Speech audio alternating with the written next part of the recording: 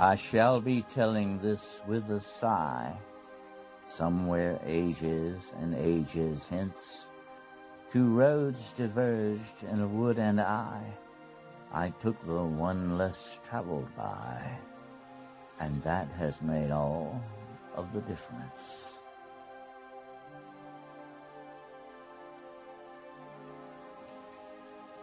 There are many secrets and mysteries in this world, strange places and events that call out to us to explore and investigate.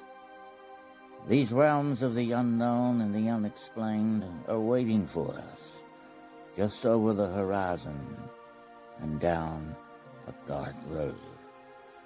Join your host, Dennis Carroll and Gerald Fountain, as we take the road less traveled.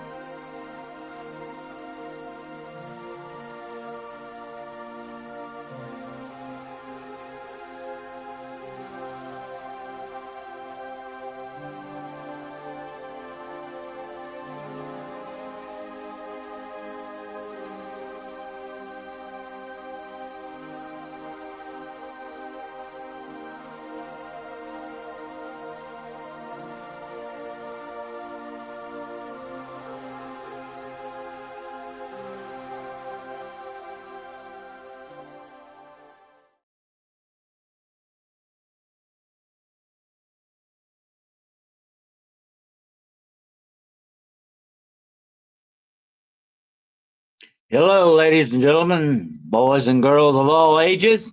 Welcome to another episode of The Road Less Traveled. Welcome aboard tonight, and we have an interesting show ahead for you tonight. We're doing shipwrecks tonight. Shivering me timbers there. Are definitely, matey.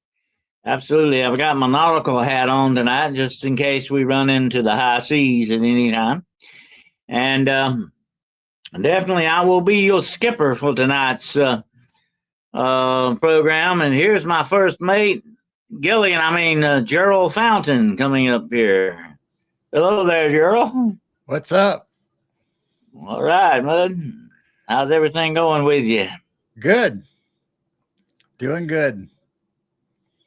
Well, good. We welcome everybody in podcast land tonight, and welcome aboard. Good evening, good morning, good afternoon, wherever you may be in the world. We want to welcome you in, and the chat room is really starting to fill up here, Gerald. So we got an interesting night ahead of us. Shipwrecks.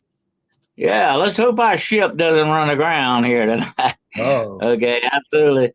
We're going to have to watch that. We're going to have to be careful with that. You know what? I was thinking about this show tonight, and you know what the most famous shipwreck of all is?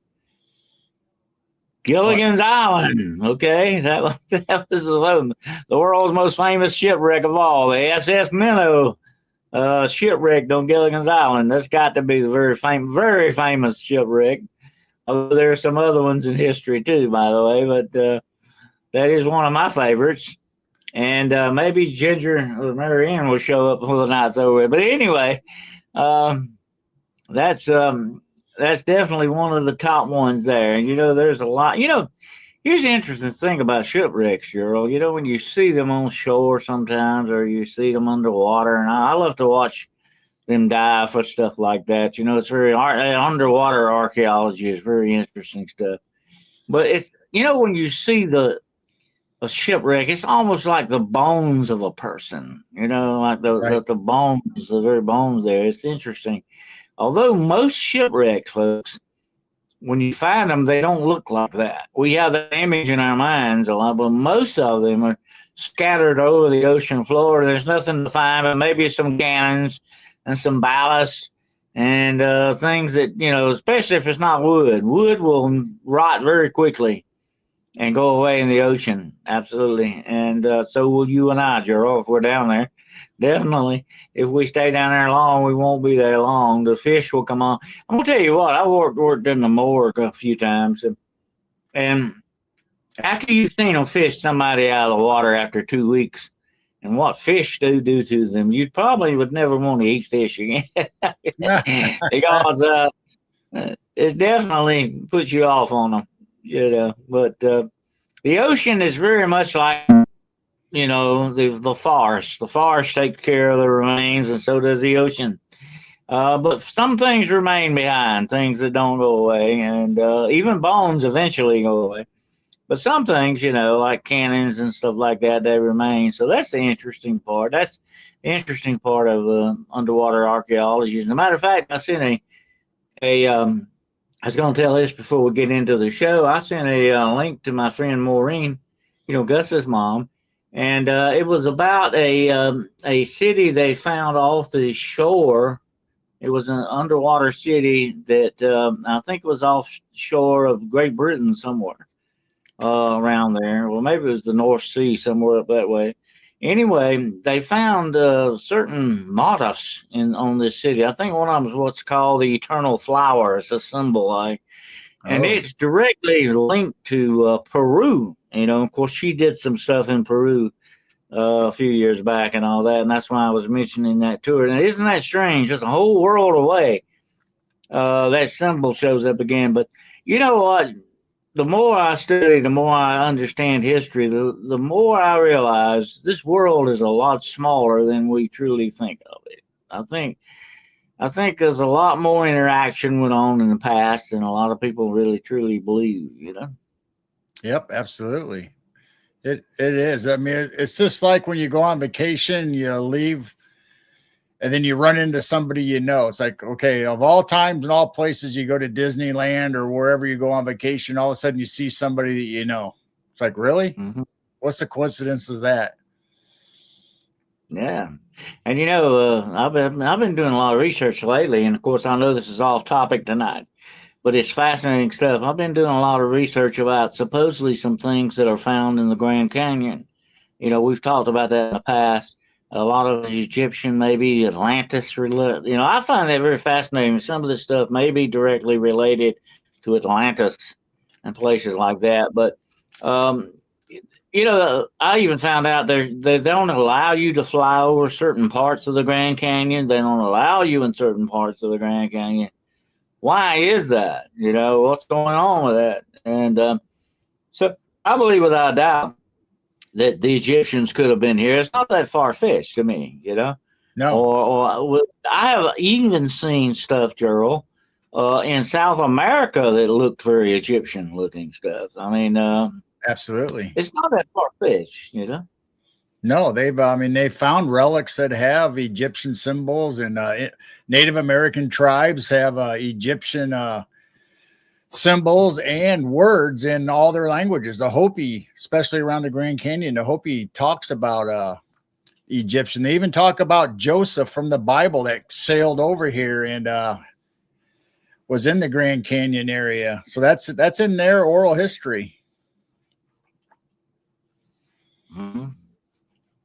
Well, when you think Egyptian, you think about pyramids and mummies and all that stuff, and Anubis and the Egyptian gods and all that. I've always been fascinated by ancient Egypt, but when you look at them, you don't really realize that they were seafaring people too. Just like the Phoenicians were and the Greeks were, and so on and on. Even the Mesopotamians were to a certain degree. The Sumerians were. These were all seafaring people. They traded with other seafaring nations. So they weren't, when we think about ancient history, we think they were closed in and stuck in one location, but I don't believe that at all. I believe that they definitely had trade routes. They had trade interaction going on with each other. And Right. definitely they had a lot of seafaring stuff, just like the Vikings were in America. There's evidence that even, I don't know if you're familiar a lot, and we need to do a show on that one night, Oak Island. Oak Island has had evidence of even Roman stuff being found there. Think about that. Right. That's wild. Yeah. Well, if you want to talk about, I've been doing it for a long time, just like you have. So I have a map, and it's basically their trade routes. So we're talking about shipwrecks anyway. So you can see on this that they came from over there by Egypt, Liberia, Iberic, and they came all the way over into the Gulf of Mexico on the east coast, even into Midwest area they traveled. So that was their trade route. And there was the Egyptian mummies that they've done tests on and found cocaine and tobacco, nicotine in their blood cells. So they came over here, or at least traded with people, because you could only get corn, tobacco, and cocaine from South America and North America. And Gerald, a lot of evidence is found in graves.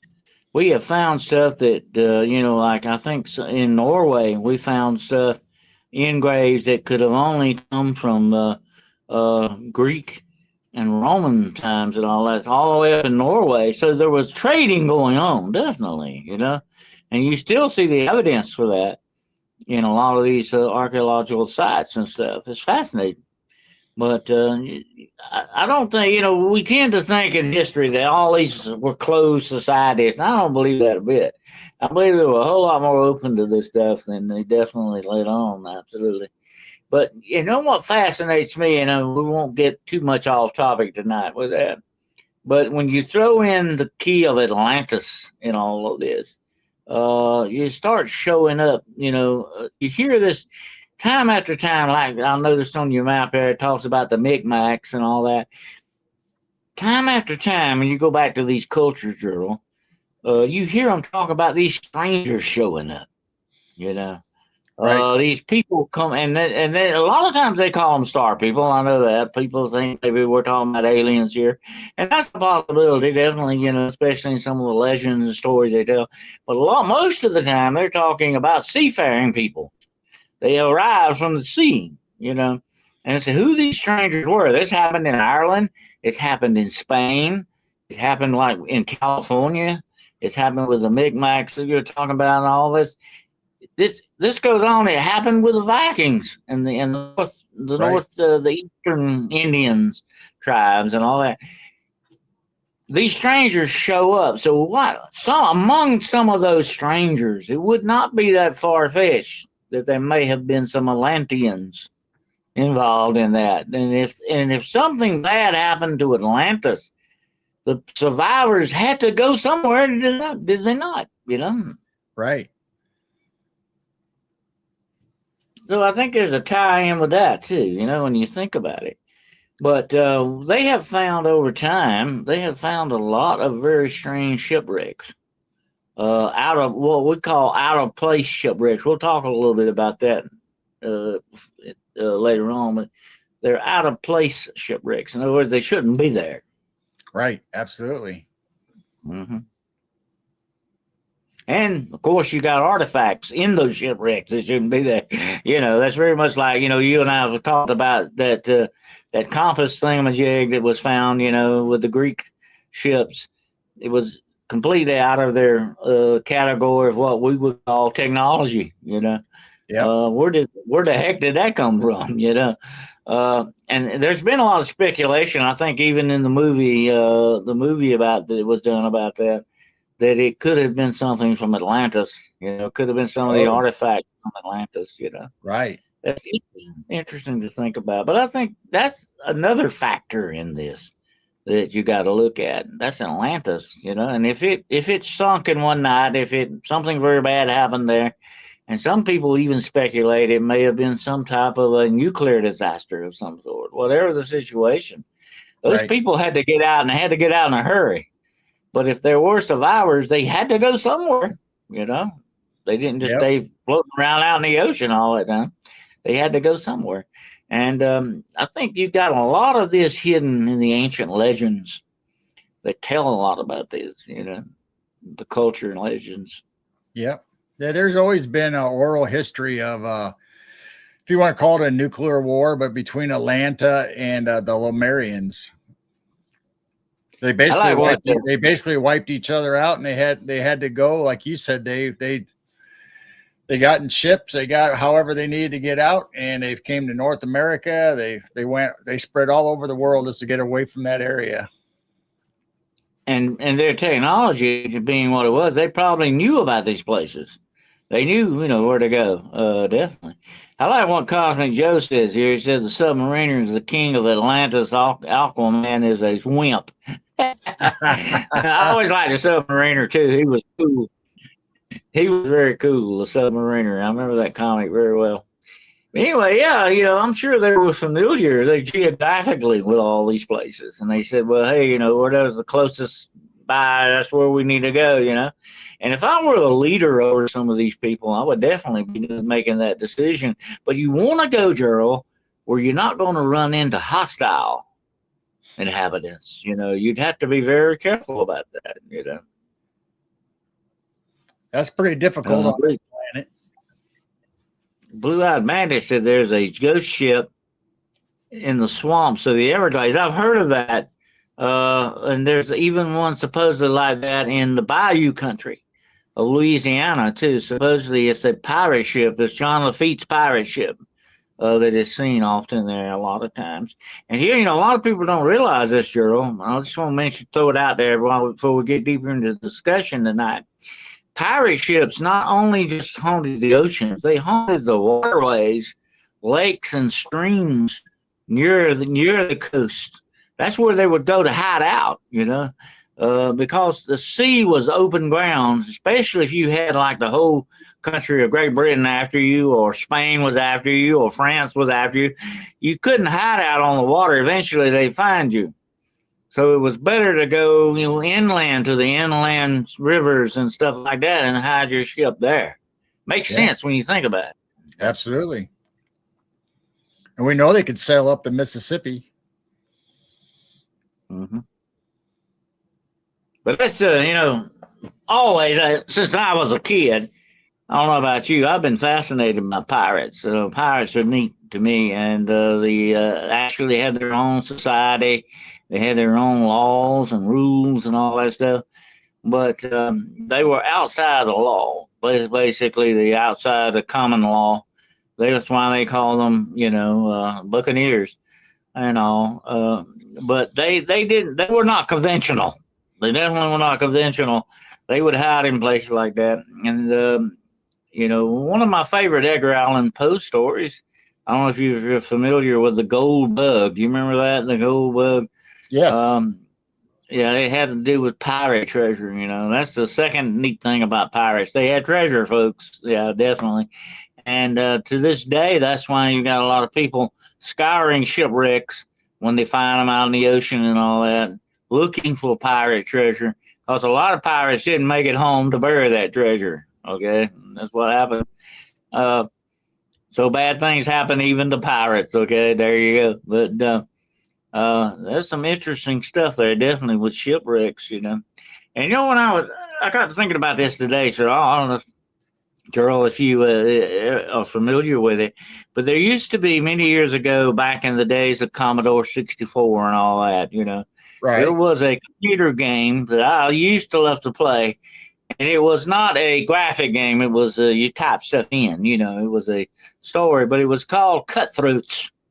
And it was about, the story. It was great story. And they ought to make a movie on this. But what it was, you found you get up an expedition to go look into this shipwreck, and you're looking for treasure and all that. But you hook up with the wrong people. Okay, you hook up with the wrong people, they're gonna make sure they get the treasure and you don't. But it was a very fun game. It was an adventure game, Yep. And it was really neat. Cutthroats. And you definitely, when it comes to pirates, folks, they were all cutthroats. They were only out for their own selves. That was it. But you kind of knew where you stood with pirates. You couldn't trust them. No, you couldn't trust them at all. But that's the way it goes with pirates. But that was a great game. I used to love to play that. That Oregon Trail. I'm sorry, what? I said that game and Oregon Trail. I spent a lot of time on Oregon Trail also. Oh yeah, I remember that. I never played it, but I remember the Oregon Trail. Yeah. Yeah, there were a lot of great events that made you use your imagination a lot. That's what was neat about them. You didn't have a lot of graphics and all that. Now, one of the very first graphic games I saw was called Island of the Dead, which where you crash landed an airplane on an island full of zombies, and you had to get off the island. It was kind of a bad situation. I want to see them do it. Hey, I want to see them do a movie, Werewolves on a Plane. That would be really a good movie. Werewolves on a plane. Werewolves on a Plane. Yeah. Werewolves on a Plane. That's about like snakes on a plane. Okay. Werewolves on a plane. I don't think I'd want to be in that situation either.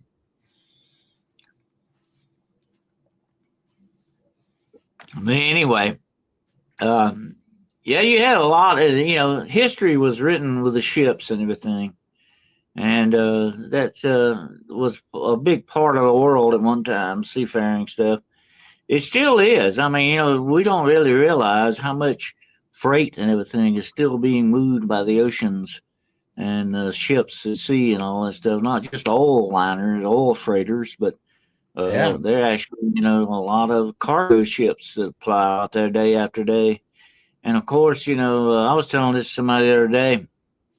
You get rid of the bounty of food that comes from the ocean, you would have a very big food problem on your hands. Because a lot of people live off of that stuff that comes out of the ocean, and a lot of things that come from the ocean. A lot of world is fed that way. When we have That's these big storms and all that, and these cargo ships lose cargo, they lose containers, they lose all kinds of stuff. Well, these little islands sometimes they'll wash up on their shores and they scavenge everything inside. I mean, it's just like Christmas to them. You open up these great big containers, and it could be Amazon, it could be Walmart, it could be whatever coming in. And they're still floating around. There's a lot of containers still floating around out in the oceans. They don't make it to shore. So they'll go out and look for them. Oh, yeah. Well, I have been down to the big docks in Charleston, South Carolina. That's where they have all those big container ships and all that come in. It's amazing to see how many containers they can stack on those ships. It's something else. It is amazing. There's a lot of commerce done that way.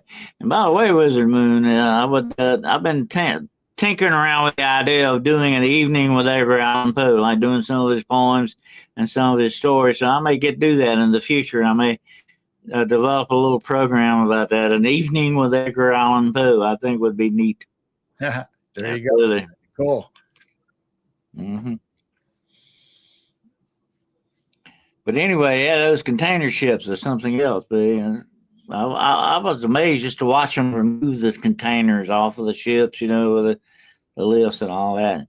And then, of course, that's what you call those guys that work on the docks. Guess what they're called? They're called stevedores, longshoremen. Yeah, they have a lot of names, but they have a hard job. It used to be even much harder than it is now because a lot of it's mechanical now. But once upon a time, all that was done with sweat and labor, folks. You moved cargo off of ships with muscles, not machinery. You did have a few lifts. You had a few lifts, but it was mostly muscle.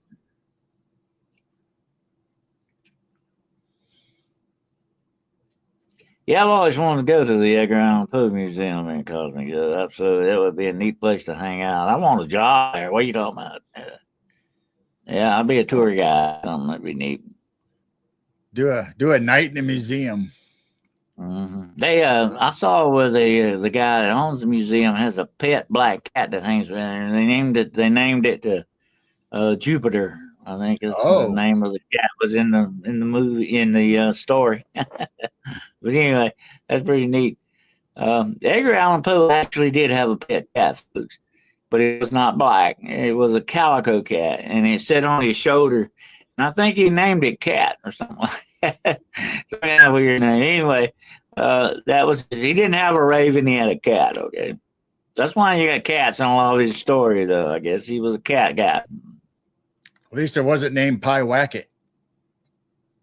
Mm-hmm. Well, Pie is listening. I noticed where you ran that the other night. That's one of my favorite Jimmy Stewart movies, by the way. You need to put Harvey on too. Harvey is the second one I love the best. We've done Jimmy Harvey. Stewart movie. We've showed Harvey already. Harvey's got your puka in it. You know, big giant white rabbit, a puka, fairy spirit. It's usually a trickster fairy spirit too, by the way, a puka. Um, Bell Book and Candle is one of my favorites too. I love that movie. It's a great movie. It's really good as a comedy. I like that part where they hex her in with the storms, you know, make her get all nervous. She has to leave, you know. Yep, leave college. And look at the cast in it. You got Jack Lemmon, you got Tim Novak, you got Elsa Lancaster, the crazy aunt, you know. Yeah. Great stuff, man. Great movie. That was a great movie. Pyewacket was actually, I'll tell you where to get that name, Pyewacket. Pyewacket was the name of a familiar spirit in one of the wishes that Salem had, supposedly. And it was not a cat, though. It was a pig named Pyewacket. It was supposed to be a demon, folks, a familiar spirit that the witch hung out with and did stuff for. But his name was Pyewacket, so that's where they get that name in. Somebody did their research, girl. Actually, writing. Yeah. A writer is only as good as his research. Never forget that, folks. That's number one rule. Anyway, that's fascinating stuff. But getting back to shipwrecks, another one of my favorite, I guess you want to call it, favorite shipwrecks was the F. Fitzgerald. You know, the Fitzgerald ship that went down in the lakes up there, the Great Lakes. The Edmunds. The Fitzgerald, yeah, the Edmund Fitzgerald. I'm sorry, could think of the name of it. The Edmund Fitzgerald, very famous song too, by the way, folks. The guy wrote a song about it. I love that song. Yeah, that's a good song. I can't think of who is it. Steve? No, it wasn't Gordon Lightfoot. Oh yeah, yeah, that's a great thing. That's the Edmund Fitzgerald. And for many years they didn't know where it was at. Finally, they found it not too long ago, Roger. It's been found, and I mean, I don't think people realize how big this thing is. It's like 750 feet long or something. I mean, it's huge. Yeah, it was an iron ore ship, right? It transferred iron ore. I mean, look how tall that is, and compared to the people that's on deck, even. I mean, here's you got the crowd this was when it was launched. But I mean, there's people on that deck right there. Look how big that thing is. The big ship they call the Edmund Fitzgerald. That was a big ship too. Of course, it had to be big. What kind of cargo it had? It was like a floating city almost, wasn't it? Yeah. But a storm took it down one night, folks. Absolutely. The Witch of November came calling. Yeah, the Gitchy Goomy. So here's an underwater picture of it. Yep, the legend lives on from the Chippewa on down to the big lake they call Gitchy Goomy. The lake, it is said, never gives up her dead when the skies of November turn gloomy. That's a great song. And it is a lot. It was a legend, definitely. And I'm glad they finally found it because that was a big mystery, exactly where it went down at. But I think this was may have been in the days when, you know, you didn't have digital radar and all that stuff, you know. And that's why it was lost for so long. They didn't know exactly where, you know, it went down at. I think how many people was it? 49 people died on it. I think it was 49. Yeah, I know the song tells you how many times they ring the bell for each name or whatever, but I liked the song, and it's it's close to Illinois as far as the Great Lakes, and Mm-hmm. November is my birthday month, so they always played that song. They always played that song on the radio, and I knew my birthday was right around the corner. Yeah, it's very poetical song. The way it's the Witch of November come stealing. Well, it's great stuff. Whoever wrote that did an excellent job with it.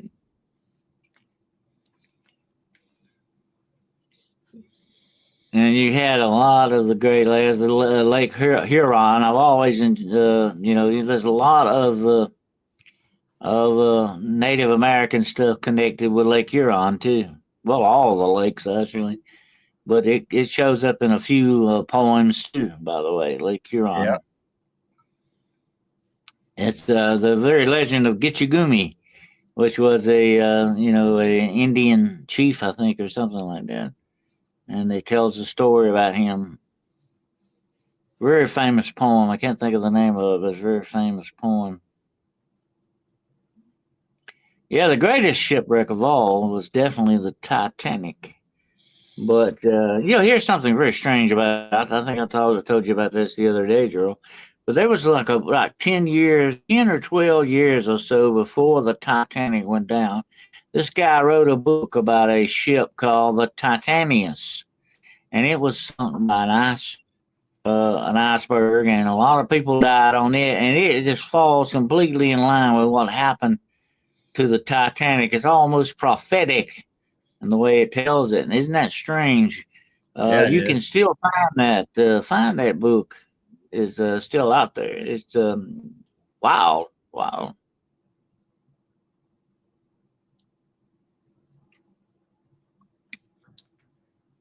Yeah, the I like that Titanic. joke. I mean, I liked it when they went down with the submarine and took pictures of it, and that was a great show.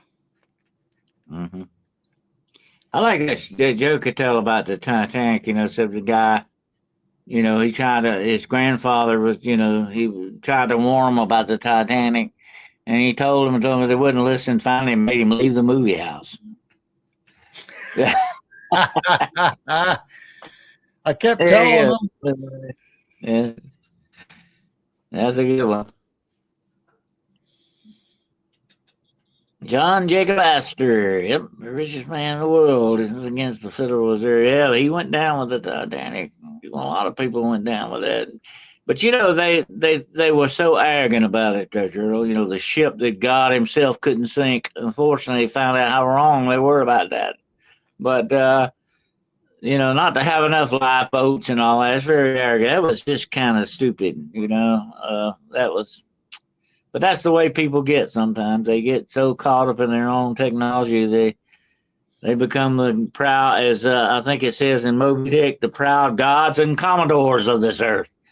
That's neat. That's another very famous shipwreck, folks. Moby Dick, the Pequot. Moby Dick. It was taken down by a great whale. There's a lot of conspiracy theories about the Titanic on how that's not really the Titanic's the sister ship. And if you look at the pictures underwater, you can count the windows and the shape they're in. And it doesn't line up with the pictures of the Titanic, but it lines up with another ship. Same thing's been said about the Lusitania too. There was lots of some conspiracy theories about that. And the Andrea Doria, Andrea Doria went down. Of course, you have it's not a shipwreck, but you have a very strange ship on the Carol Deering, that was found off the coast of North Carolina with nobody on board. That was very strange. And they eventually did wreck that ship, so I guess it falls on category wreck ships. But that's interesting too. There's been a lot, and back in World War II, and it was deliberately wrecked. Of course, was the very famous story of the German battleship. What's the name of it? I can't think of it now. Gustloff. The what? Wilhelm Gustloff. Or are you No, talking about it was Lusitania? It was God, I'll think of it in a minute. But anyway, it's a very famous story about how they were looking for this German warship, one of the biggest German warships ever made, and finally the British found it and sunk it. But it sunk a bunch of British ships before it did that. I can't think of the name of it. I know it, and I can't think of it. Anyway, that was a hunt, and eventually they did sink that. So it is now they're looking, I think, still looking for that in the ocean to find that battleship. Uh, Bismarck. I couldn't think of it. The Oh, the Bismarck. Bismarck. Yeah. Yeah, the Bismarck. Very famous, well known. Um, yeah, the Lusitania, if I'm not mistaken, Lusitania was sunk by a German World War One submarine, right? Lusitania. Um, and actually, I remember very well when they found the Hunley off of the coast of South Carolina. They found the Hunley. And I saw the Hunley, and I thought it was a whole lot bigger than what it was. Very, very small submarine, but it had, I think, about like maybe 6 or 8 men, and I can't remember exactly. But they were in some very cramped conditions in that thing. But they all lost their lives when that thing went down because that was Right. that was a suicide run. I mean, wasn't no way you were coming back from that. And they knew it too. I think they knew what they were doing, but it was an act of war. Yeah. But you had the ironclads. They were the next things to a submarine. Although they sit low in the water, they weren't completely submerged. The ironclads were very interesting, but they were hard to take them down because they were mostly iron. They were like floating tanks. Yeah, Yeah. that's basically what they were. Yeah. And guess what? Those were made off of the design by guess who? Oh. You know, Who? you know who made those? No, who? Huh? Leonardo da Vinci came over that idea. Oh, That's yeah, where the they got it tank and the from. helicopter and Submarines and ironclads and helicopters. All that comes from Leonardo da Vinci. Yeah, they say that they think the Lusitania may have had more than just people on board, which is why the Germans sunk it. Yeah. yep. Oh, you watched Whispering Ghosts from Wilbur. I seen that not long ago. That's a good old movie there, Gerald. You might want to check it out sometime. Oh, Whispering Whispering Ghosts. Ghosts. Yeah. I have such a big list of movies that I probably won't ever get through all of them. You'll be busy for quite a while.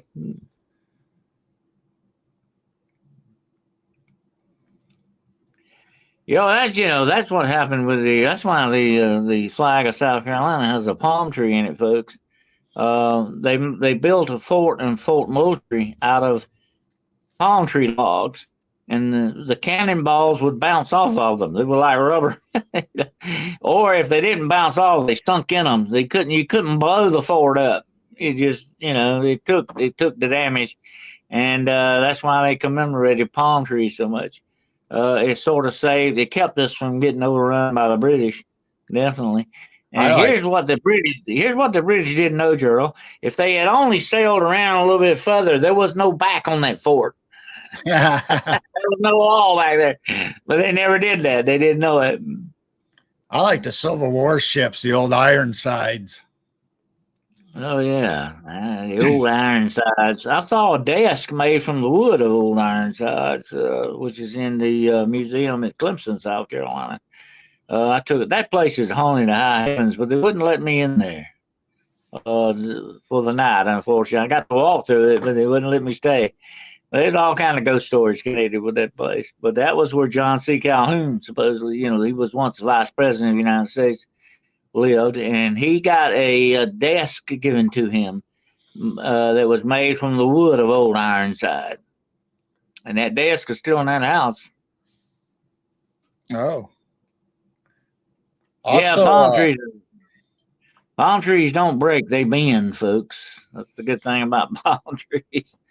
They don't also, break. I think Most of JFK's I think JFK's desk was made up from an old ship too, right? There was two of them, the twin desks. Weren't they By the from an way, old Gerald, ship? I have about 12 or 15 palm trees in my yard. Go ahead, what now? I got a bunch of palm trees. I can make my own fort someday. Wasn't the Resolute desk that JFK and them had, wasn't that from an old ship? Yeah, it may have been made too. I think they, took a lot of that wood from Old Ironside, did several different things with it. No, I think I it's from think the Resolute. Remember, they the call it the Resolute, Resolute desk. It's from the ship, the yeah, the Resolute. Resolute was another ship, yeah, that they made a desk or something out of. Yeah, I think that's in the White House. Yeah, yeah. But they took, I think, another thing of the wood from the old Ironsides and made a chair out of it. And where that's at, I don't know. I think it's in the Smithsonian. I'm not sure. I think I have it. Mm-hmm. When I'm making furniture out of these old ships, there you go. It's in my basement. Yeah, definitely. You know, the weirdest chair I ever sat in, I actually sat in an electric chair one time. Oh, I didn't let around the switch, though, while I was there. That was a weird feeling to sit where several men had died in that chair. That was a freaky feeling there, folks. wow.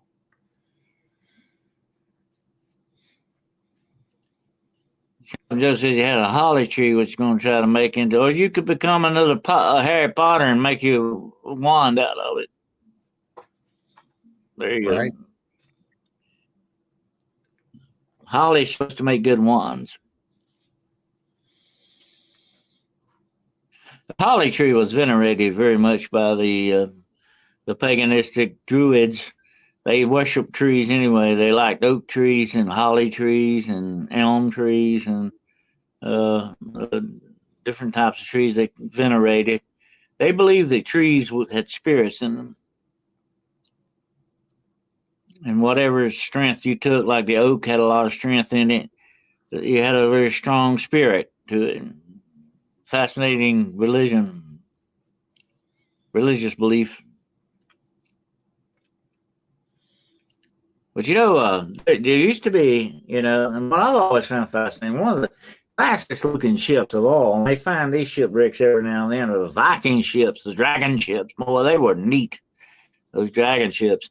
And a lot of people don't know this, but the wooden dragon on the ship was actually hollow. You could put fire in its eyes, and that thing would light up at night. Think about that. That thing coming down the waterway with those eyes shining like a doggone dragon coming after you, man. That's freaky to think about. No wonder people were scared of Vikings. They were scary guys, buddy. That's They right. were scary dudes. Yeah. You would find a lecture here to sit in. Yeah, I would. It was definitely. I said, "Oh, that's a lecture. I gotta sit in it. I gotta sit in it before I leave here." Anyway, that old Sparky in Tallahassee. I've heard of that. Never ride the lightning. It can be sort of hard on your pants. Definitely. Leaves your hair Eric the smoking. Viking. Yeah, I remember that. That was a fun, crazy movie, girl. You ever see that movie, Eric the Viking? No. That was kind of done for fun there a little bit. I remember one scene where they said, "Come on, Eric, we're gonna go rape all the women." And he says, "Oh, that seems kind of bad. Why you want to do that? That's not nice." He was not your conventional Viking, okay? But anyway. I always liked the Viking in the comics in the newspapers or the Sunday papers. Oh yeah, I remember that. And of course, what was his name? Who was oh god, I can't think of him. He was sort of a knight, and he was always fighting the Vikings. What was his name? I can't think of it. It was a Prince Prince Lancelot or something like it, wasn't it? I forget now what it was. He was a prince or something, but that was a comic strip that was in the newspapers a lot. Prince Valiant. I couldn't think of his name. Prince Valiant. You remember that? Yep. Didn't they want the rich to die so the bankers could create a slave system? Well, the Vikings had their own slave system already in place. Matter of fact, they found DNA not long ago. Did you hear about this, Joe? They found DNA in a Viking family in Norway that came from probably a North American Indian woman. So they evidently got her as either a slave or she might have married one of the Vikings or something and went back to Norway with and had a bunch of kids. And there's a whole bunch of these kids have got American Indian DNA in them from that. That's Well, wild. the Vikings came here before Christopher Columbus all the way into the Midwest. So I would imagine they would have contact with people in North America. Oh, yeah. Well, there's even evidence supposedly of Chinese uh, seafarers in America as well. Absolutely. Yeah. I'll tell you something about America we must never lose sight of, girl. The fact is, even the Native Americans, the indigenous peoples, were not natives here. There was somebody here before them. And I think this land has always been occupied in one form or another by bands of different people. Who knows who some of these guys were, that predate the Mayans and the Incas and all that. That's wild. Think about it. And by the way, the Mayan Empire was a great one. We call it empire because that's what it was. It stretched a long ways. It was a seafaring empire as well. There you go. Right. They were all going to the sea. I'm starting to believe that. I think a lot of these cultures started here in North America and spread it out everywhere else. Oh, yeah. Man. It's kind of like that Disneyland song. It's a small world after all, isn't it?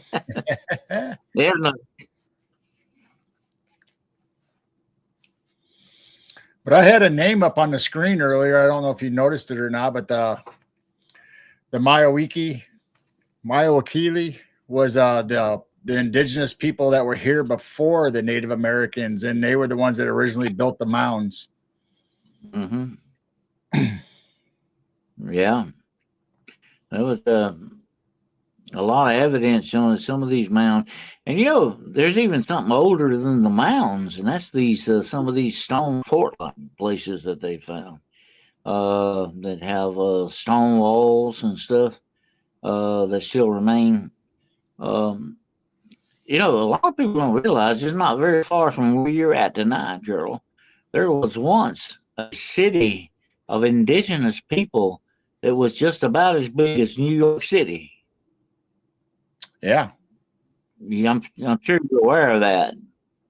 Well, Cahokia was the biggest mound civilization in the world, and that's in southern Illinois. Yeah.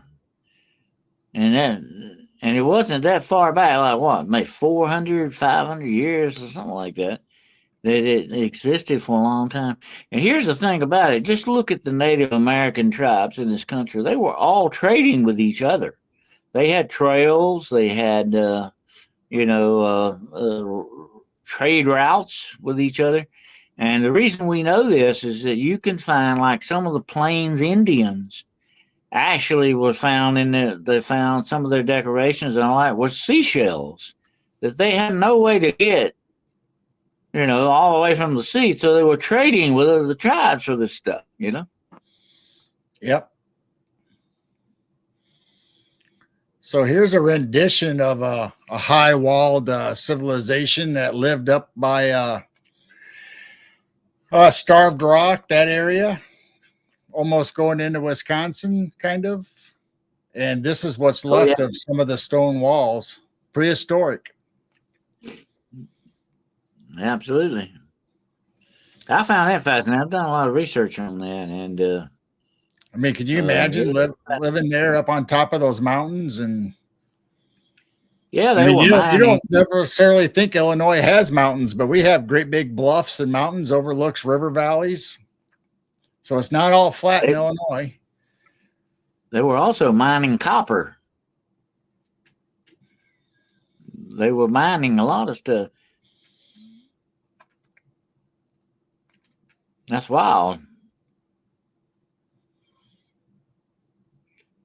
But who are a lot of times we don't really know who some of the mound builders really were, because, like I say, they predate even the Columbian, you know, Christopher era. Columbus, yeah. Mm-hmm. And like I said before, this ties into Atlantis in some ways. Could not some of these people have been influenced by the remnants of Atlantis that still existed and may have come to this continent at one time or another? I mean, that's what you got to think about. There could be that influence there, and the ancient peoples talk about these strangers as being almost magical, you know. But would not a higher technology appear that way to a primitive person? You know, you would say, Right. "Hey, you know, that's magic." You know, definitely, yeah. That's wild to think about that, but that, you know, and I've seen that very same thing happen in, you know, in Ireland when they talk about the Tuatha De Danann. You know, they said they were, you know, mystical, magical people. Could they not have been? And they came from the sea, right? That Right. sounds like Atlantis to me. You know, that makes sense when you think about it.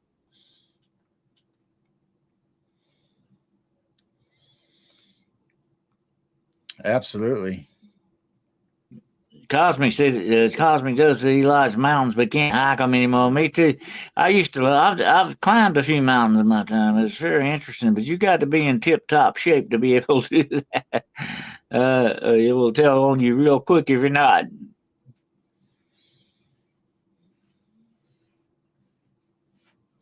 I never will forget. I climbed a small mountain on top of a tunnel system. This tunnel was a man-made tunnel, by the way.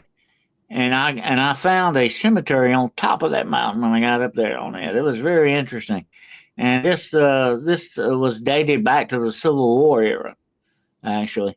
So that was neat. You never know what you're gonna find on top of the mountain, there, folks. Oh, we have the lovely cryptid huntress with us tonight. Hello, Jessica. Good to have Hi, you here, Jessica. dear. Well, yeah, you know, great show you had today. I enjoyed it. Anyway, yeah, you got a lot of, you know, the mounds and all that, and you got a lot of stories and legends connected to these mounds. Who were these people? There's, of course, even been a lot of speculation that they were perhaps even aliens. They were star people, you know, that may have been influencing some of these people, earlier people, and all that. And if you go back and look at a lot of the stories, and I'm not going to get into that tonight because that's a story for another time, but when you look at some of these stories, you've got some very basic clues on some of this stuff that you read, you know, that pop up for you.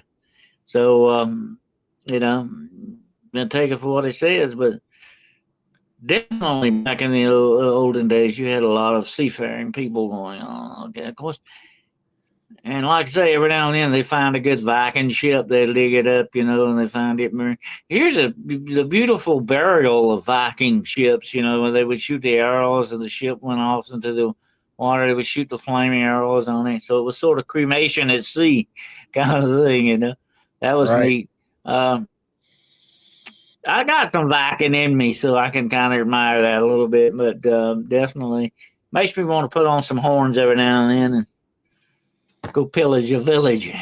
But anyway, uh, seriously though, they were great seafarers, the Vikings. Absolutely, they went everywhere, everywhere. We even have evidence that they ended up in China, folks. Yeah, I mean, yeah. But you know, and I mentioned this to Jessica the other day. There is a story out on the west coast in California. The Indians out there, I cannot think of their name right offhand, but this one American Indian lady they interviewed, talked about the native culture um, story of these pale skinned people with blue eyes that showed up there. And actually, this sounds like something out of Atlantis, okay, folks, or something like that. It's wow. These people showed up and actually saved her tribe. kept them from some kind of I think a problem with another tribe was going on or whatever. Of course, we don't realize that the American Indian tribes are always fighting with each other. You know, they were always antagonistic with each other. Anyway, these pale skinned strangers with blue eyes showed up, and they even still talk about them in their stories and legends and cultures of this tribe. I'm gonna get into some more research on that. Fascinating stuff. But who were those people, and where did The they come from? Palladians. You know, I yeah, think it was the they weren't Palladians. definitely weren't Indians. No, they were from somewhere else, definitely. But here's the interesting thing about this, Gerald. Even when the white people showed up on the East Coast, most of the Indians said, "Oh yeah, we've seen them before. We know who these white people are." You know, they Yep. knew that. It was no surprise to them. You know. Now, if you go back and you might remember back in your history, your old history class, your teacher probably told you, "Oh, they didn't know who these people were and all that," and they didn't. That's a bunch of bull. They knew white people from somewhere other than before this original meeting with the pilgrims and all these other. Was it Vikings or somebody else like these pale skinned, blue eyed people? Okay, and here's one more thing. I'm going to throw this out there for everybody tonight, okay? And I can talk about this because I got blue eyes, okay? Let me say this. It be a possibility that everybody that's got blue and green eyes, okay, they're in a category by themselves. They've got a common ancestor that started back only about 10,000 years ago. Think about this a minute, folks. This is wild. Could that not be some real telltale alien clue right there? Where do these blue-eyed people come from? Think about it. Because 90% of the rest of the world was brown-eyed people. Where did these guys come from? And why all of a sudden did they pop up out of nowhere? Everything has a beginning, right, Gerald? That's right. Everything. I blame the Palladians. Could have been. Could have been. It's not that far fetched. Think about it. They had to come from somewhere. And now science will tell you this, okay? And this is how stupid science is, okay? I really get mad about it. They say, "Oh, it was an aberration. You know, it's something that was a mutation." Where you get that at? Mutations don't usually do that and come out with a completely different genetic order of itself. Mutations don't do that. That's a poor, flimsy excuse, folks. That's what I call stupid science. You know?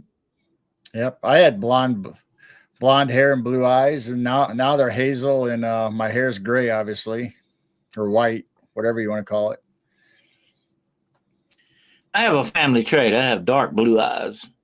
That's supposed to be the Carol motif. Okay, my family goes back to the year 936, and according to the Irish records, they call the Carol clan the people with the dark, piercing blue eyes and the gold ringlets. We had golden hair, evidently, blonde hair. The Vikings probably, but anyway. That's a family trait, by the way, dark blue eyes. So a lot of people say, "Oh, your eyes aren't blue." Come on, everybody knows. But you got to look at them close. Just call me old blue eyes. I'm still in town. Yeah, mine used to be bright blue. Now they're hazel. Got some green and gold mixed in it somehow. Well, I'm going to tell you something you don't know. I bet you didn't know this. Did you know if you're blue eyed and when you die, your eyes turn brown? Oh. Yep, the pigmentation goes out of your eyes. Wow. If you're blue eyed, you will die brown eyed. Where, the way they go. Where they turn to if you're brown eyed? Well, it kind of gets darker. That's the way the natural things happen in the eye because all the pigmentation and melatonin leaves out of it. You know, it goes, goes out with the blood system. You know what I'm saying?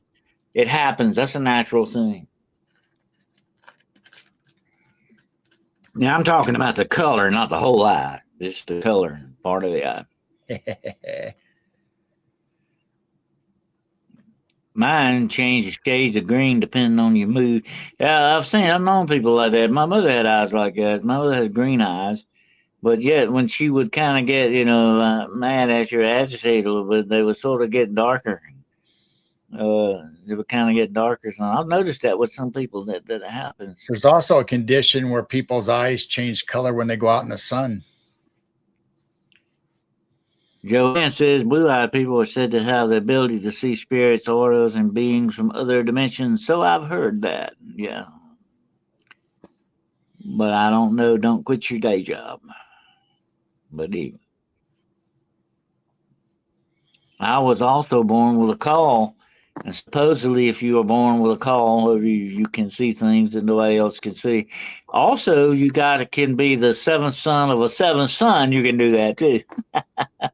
That's another legend. Yeah. You remember that old song? I was the son of a seventh son. Remember that? Yep.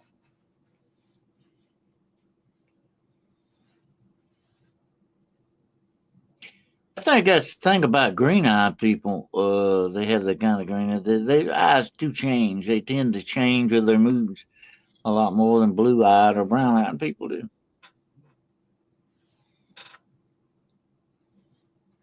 When I smoked left-handed, Winston's eyes would turn green. I don't know about that, Kyle.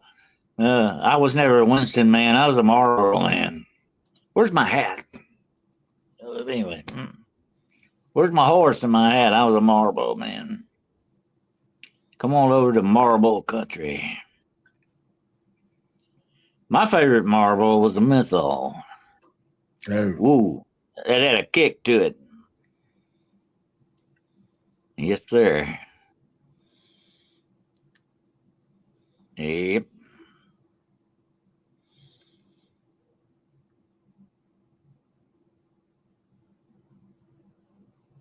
Iron Maiden, seventh son of a seventh son. Yep.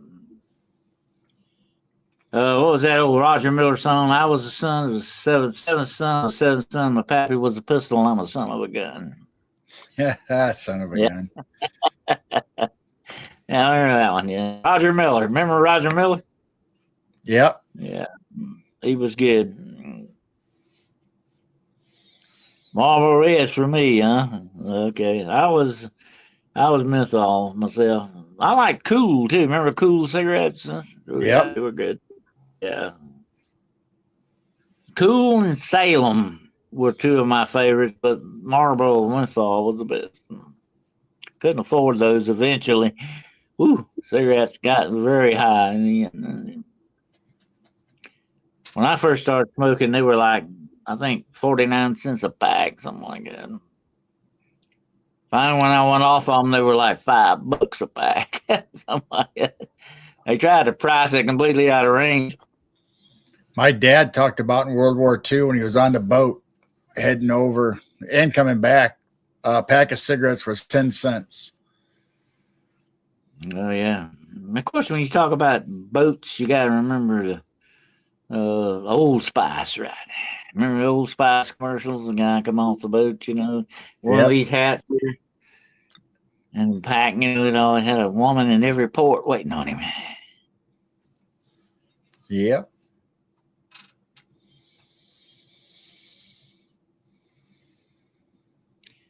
Oh, Benson and Hedges. I never did though. She must have Benson and Hedges or Lucky Strike. Lucky Strike was woo.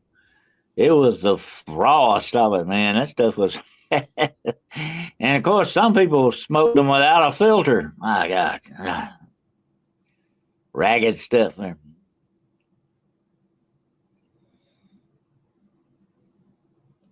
Monica says she smoked Senecas before she quit a year ago. They were $5 a pack. Oh, I know it. They went on up. Yeah, definitely.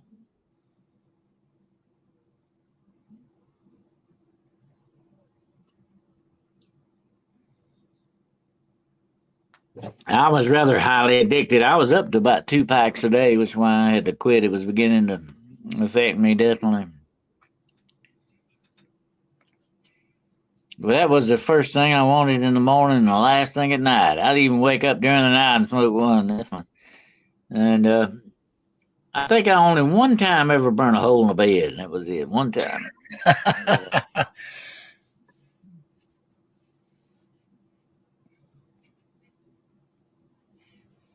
Marlboro Lights. And I never got on those. They didn't have a kick to me. I wanted something to get you.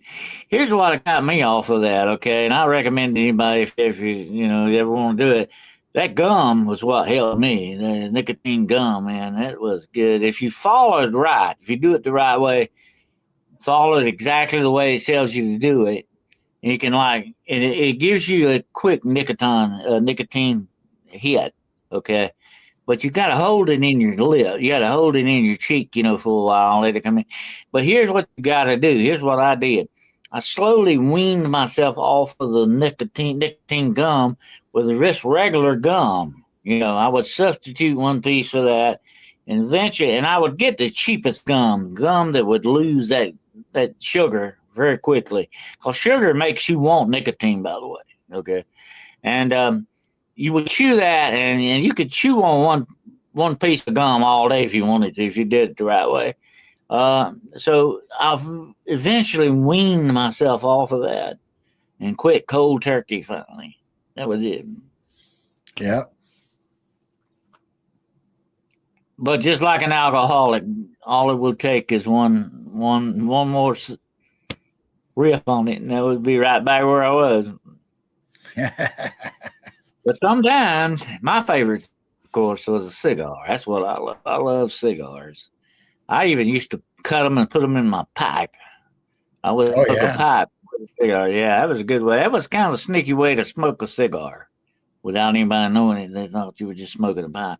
Now, I love pipe tobacco too. Now, don't get me wrong. I love that stuff. Some of it smells so good you could eat it. Okay, it was delicious. I remember one day going in a tobacco shop, and they had a room in the back. There was a humidified room, and it had all the tobaccos, pipe tobaccos. I said, God, this is heaven back here. I would love to live back here. It smells so good, man. It was neat. Make your mouth water. Think about it. Well, thank you, Joanne. Thank you for that. Thank you very much. Thank you. Appreciate that. I'll put you up on there. There you go. Thank you. Thank you so much. That helps a lot. But that was like cutting my left arm off, Gerald. It was. I had to finally give it up. I didn't want to. I tell you what, and I warn people about this. Some people, not everybody, some people have an addictive nature. Okay. And it don't have to be cigarettes. It could be liquor. It can be pot. It could be whatever it is. If you have an addictive nature, you need to stay as far away from that stuff as possible, because it will really, really sew you up. Yes, it will. So stay away from it, definitely. But I remember picking up first time I started smoking cigarettes. I was probably about 15 years old. I was about 15 years old. And I said, oh, yeah, I can quit anytime I want. I can quit anytime I want. I found out how much I was really lying to myself as time went on. That was one of the biggest lies I ever told myself. Yeah, I can quit whenever I want. No, I couldn't. That's what addiction is all about. But anyway. If I want to get addicted to something, I would like to get addicted to something like, money. That would be good. They have a lot of money. I get addicted to that. I told a nurse the other day, she said, are you allergic to anything? I said, yeah, gunshot wounds. They make me bleed. Yeah, absolutely. I've been 3 weeks since I was 15. There you go. I'll tell you what, I told my grandmother, girl, she was like about 100 years old before she died. And I asked her, I said, we called her Mama. I said, Mama, how do you feel in your mind? She said, in my mind, I'm 16. Okay, my body just don't go. Don't like it. But yeah, my mind, and that's the way it goes. Your mind doesn't age like your body unless you do it that way. Some people were born old, right, Gerald? That's right. Yeah, but I thought about that. She was 100 years old. She still felt in her mind like she was 16. That's how time can really do a job on you. Time and space. It's very strange. But think about shipwrecks and all that. I've always wanted to. I thought it would be a part of a great story. Something if you were to be in the jungle and come up on an old plane wreck, like from World War II or something. That would be neat. And there was actually, I used to watch Magnum PI. I watched him because I thought he was cool, man. He was good back in the day. I watched every single one of his shows. He had one where he found a Japanese Zero from Pearl Harbor and was crashed on the mountain there. He went up there to see it, and he was trying to do something with it. Anyway, somehow or another, he got trapped under this thing. Oh. And he was dying up there. You ever see that episode? I don't think so. Oh, it was one of the best episodes Magnum ever had because he starts reliving his life while he's trapped under this. He's dying. He's dehydrating. He hasn't no way he can get out fine. He can't get out from under this dog. I think the wing fell on him or something like that. But he couldn't get out from under it. And it turned out, it didn't say it again to the very end. You see the fuselage of the plane, and you see that big red Zero on it. That big red sun. It's a Japanese plane. It's probably from Pearl Harbor. Actually, my uncle was stationed in Pearl Harbor during that attack, by the way. Oh. Yeah. But if you ever get a chance to see that is a great Magnum episode. But I always thought that would be neat. And actually, they did recreate finding something like that. And I think it was in, what was the name of that movie? What's the name of it? I can't think of it. It had Michael Douglas Jr. in it. Romancing the Stone. They actually find this crashed drug plane out in the jungle. It's still got packs of marijuana on it and all that. Yeah. And he actually lights some of them up for a campfire. And he said, that's some kind of campfire right there, buddy. Pot campfire. But that's where he actually kills something like a black mamba, and they eat it for dinner. Oh. He says it's like chicken, but I don't know. It tastes like chicken. I visited Pearl Harbor many times when I was stationed over there. Anyway. Pearl Harbor is a floating graveyard, actually, of shipwrecks. Yeah, it's a memorial. It's considered a cemetery, yeah. Yep, it's a memorial. Definitely. I've never been there, but I've seen, film that was shot there. You know what's the neat about some of this stuff, and I would tell people to do this, check out YouTube more. There are a lot of people going around to a lot of these places, like in the Holy Land, places like that. You'll never get to go, but they are taking GoPros in there, and it's just like being there yourself almost. You know what I mean? Yeah. They walk around, they're seeing. You don't see them, but you see where you're at.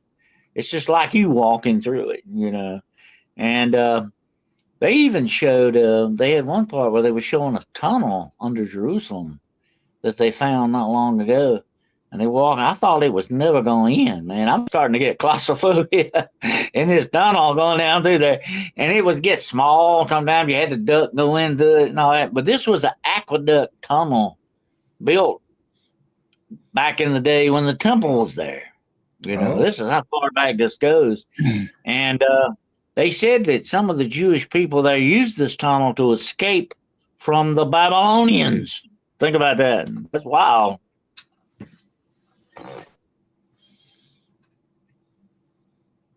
So you watch stuff like that. You're never gonna get to go there probably, but you watch it. It's like being there. It's pretty neat.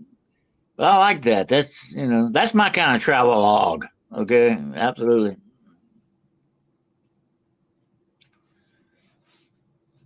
In a miserable life, he wasn't on board when they attacked and they survived guilt. Oh yeah. A lot of guys, they knew that was gonna happen. They would have done some things differently, but that's the way it goes. Hindsight is always different than foresight, ain't it?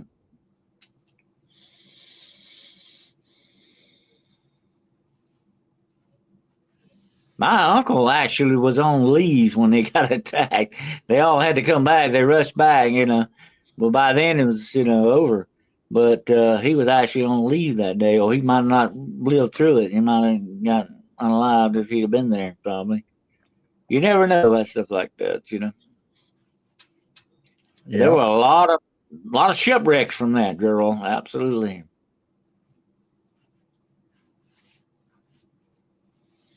I'm just gonna ask my doctor for the patch. I won't be able to quit the vape and cold turkey.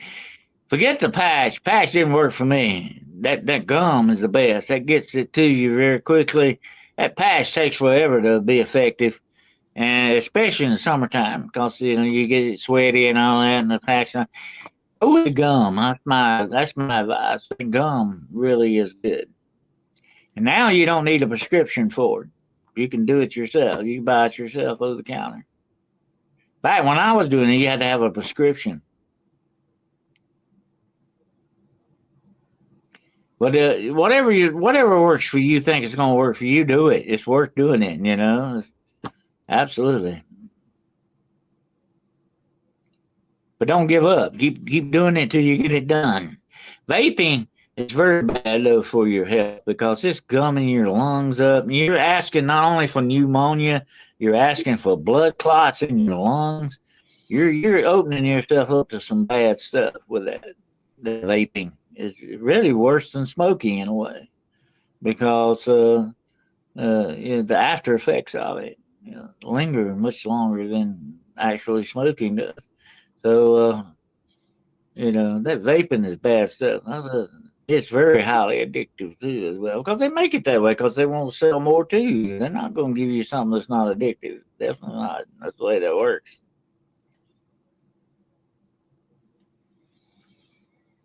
The nicotine patch actually gave me a chemical burn the one time. Yeah, I didn't like it. I tried it. I said, no, no, no. I could chew the patch, maybe that would be. But I was wearing it. No. But like I say, I could put that gum in jar on, chew it about 3 or 4 times, get the juice in, and it would hit me. The nicotine would hit, and you could just leave it in your gum. You wouldn't have to chew it; just walk around with it in your gum. Even that would give you a little bit more nicotine on it. So it was very quick to get to your system, and that's what you need when you're trying to do it. But you eventually slowly wean yourself off of it. I had a guy, there's a friend of mine, he said, I'll never quit this gum. He didn't want to quit it. He liked it so much, But he had to because had to get a prescription to do it. Now you can buy it. But he had to get a prescription, for it back then. And I said, well, you need to plan one day of quitting it, definitely. But you could let me put it this way. If you did it the right way, you could use no more than 3 pieces a day of that. You were doing really good. You know what I'm saying? And believe it or not, you were getting only half of the nicotine that you originally got. You know what I'm saying? Oh, right. It gave you just enough to keep it off your back, but it was enough to slowly wean you off as well if you did it the right way. You got to read the pamphlet that comes with it and follow the directions. I'm sort of the adventurous kind, girl. People accuse me of throwing the directions away a lot of times before I read it, but but I like to live on the edge, okay? So I make it life adventurous. Don't read the instructions, okay? But anyway, this is one time you need to read the instructions. I always do that. I say, yeah, it's the instructions. I know I can do this. I can do it, Usually I put it together wrong, but that's the way it goes. I learn. I get nicotine lozenges from the VA. Okay, but now this gum is over the counter. You buy all you want. Blazer quit smoking in February. Oh, that's very good. You pat yourself on the back. If all else fails, read the instructions. Yeah, that's it. That's my motto. Yeah. Don't throw them away. Get them. Go over the trash can. Get them out again. Okay. That's the way to do it. But anyway. So anyway, yeah, there's been a lot of very well-known shipwrecks. You got any more photos there, girl? You want to share with us? Yeah, I got a couple. Have you ever heard of this one? The Eastland. They call Oh it the yeah, Eastland disaster, July 24th, 1915. yeah. So this happened in Chicago on the Chicago River. So this is actually the worst maritime disaster in the United States. If you count it by passengers only, there was over 900 passengers that drowned on this ship on the Chicago River. And so if you go by the passengers, it actually lost more people than the Titanic or Lusitania or any of them. If you just go by passengers It that was passed away. for a long time was one of the worst maritime disasters, was it not? Yes, it was. It- And it was supposed to be a sunny day and going out and having a picnic with the family, you know, and what was it?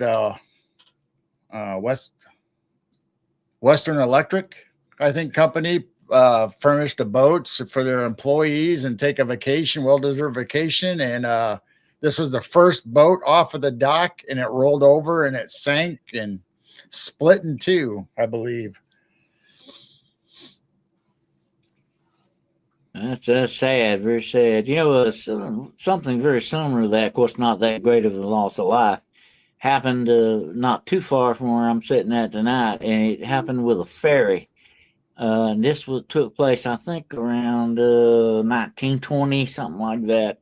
They were a group of young people had been having an Easter picnic, and they got Oh, on this ferry. This ferry went across a river, and was the Andersonville River, actually, is what it was called. Not Andersonville, Georgia, though. That's another Andersonville. This was named Andersonville in South Carolina.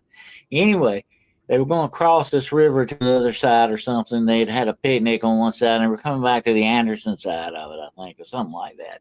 Anyway, uh, there were like about 20 people on board this ferry, and well, really more like a barge kind of a thing is what it was. And the rope broke. The river had been running kind of rapid. You know, there'd been some storms and some rain and all that, so the river was high. Put it that way. And this rope broke or something like that happened, and the thing went downriver and hit snag or something and turned over. Well, most 20 of those young people drowned it out there in that river. And the ghost story is to it that sometimes at night you hear people hauling out on the water. They'll be shouting, and you may hear shouts or someone screams or something. It's supposed to be the remnant of the haunting of this disaster that took place on there. But that river is still there, but it is under the lake. It's now running under the lake because that whole town of Andersonville is under the lake, by the way. Very eerie place, and I have talked to divers that have dove down in there, and they said it was one of the most dangerous dives they've ever done. I said, well, what was it? Because the old buildings and all that? No, they said because there was a bunch of barbed wire and stuff still down there, and they warned people oh, don't dive down there. Dangerous, very dangerous. But that just reminded me of that when you brought that up because barges could be very dangerous back in the day. Barges and ferries, uh, definitely. And if you had too many people on board, they become very unsteady. And I think that may be what happened with that. You know, you had a lot of people on board. You know. Oh yeah, steamboats. Yeah. yeah. So this is the Columbia steamboat, and this happened in 1918 and on the Illinois River, just 40 or 50 miles south of us on the Illinois River. Just happened in 1918 where this boat was grounded or ran ashore. I can't remember the whole story, but anyway, it ended up capsizing and blowing up, and it lost 93 people that day, and that was not very far away from where I grew up and live now. What year was that, by the way, again? 1918. The riverboats were bad to explode sometimes. The boilers would blow up on them. You know? Uh, they had boilers very much kind of like locomotives, you know. Um, too much fuel could sometimes they would explode. Thank you, Blazer, for the two memory month on that. Thank you, sir. Um, Appreciate that. Blazer Thank gave you so much. memberships. He also gave out memberships to everybody. 10 people. Thank you. We got some lucky people out there tonight. That's 10 right. gifts. Uh-huh. All right. Yeah, there's been over the years. I think it's a very famous steamboat incident back in the 1860s, I want to say, or 70s, somewhere back in there, where the Natchez, I believe, was the name of it. Yes, Oh, the yeah. Natchez. Natchez. Yeah. Yeah, it exploded and it sank with a good many people on board it, and I think some people made it to the river, the riverside eventually, but a lot of people died. And the thing about steamboats, they didn't have lifeboats that much on them. Uh, they just, they were considered not like ocean-going vessels, you know, in that Right. respect. They didn't have a lot of lifeboats on them. Of course, the very famous Mark Twain. That's how he got his name. His real name, of course, was Samuel Clemens. But Mark Twain was how they would mark the river bottom. Mark IV, Mark Twain, Mark II, or whatever it was. And that's how he got his name from that. Because he was a captain. He actually was a captain on several steamboats that ran the Mississippi River.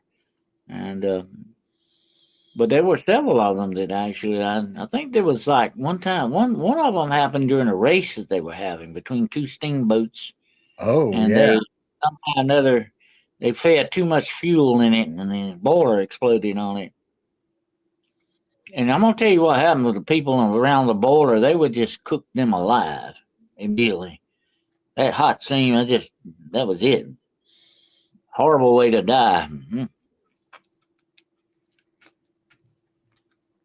Yeah, tractors had boilers on them. Back in the days of steam, that was very unstable stuff. You had to be very careful what you were doing with it, like steamships and steamboats or steam Locomotives. tractors and wagons. They even had Locomotives. wagons, Yeah. some of them run by steam. Yeah. Yeah. What's this here? This is This is shipwreck. this is all the early shipwrecks off of the East Coast. And you can actually look it up on Google Maps and check them all out. Some of them, they'll tell you what they are. Some of them will have pictures. Some of them around Montuck, huh? Yeah, so there are quite a few of them. And then let's see, I also have, I think this is the same one, but a little better version of it. You want to tell everybody about the Marine Sulphur Queen there, girl? I do not know it. Yeah. That'll have to be your story. I don't know that. The Marine Sulphur Queen. She was one of the ships that disappeared in the Bermuda Triangle.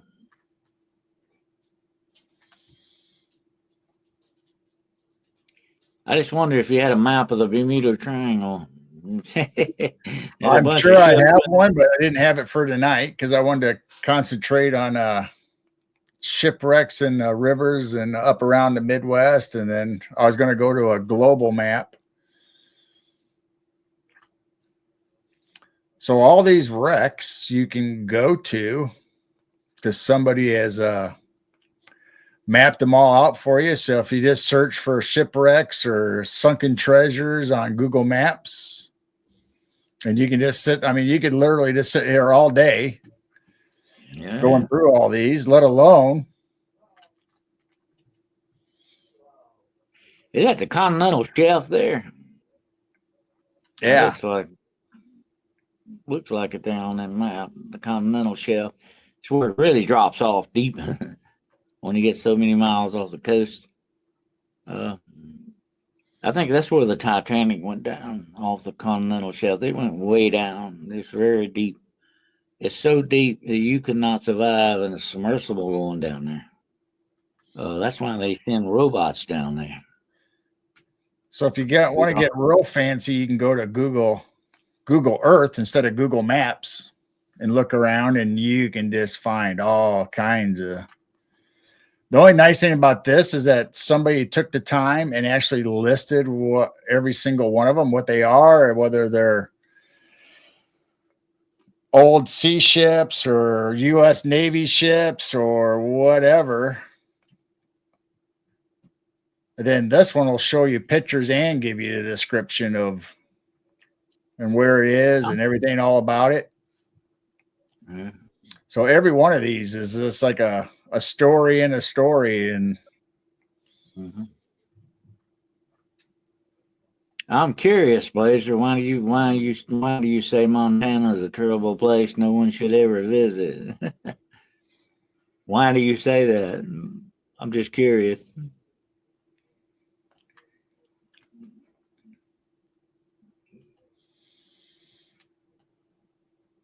Cows me as long as almost overstuffed. Tennessee is my next destination.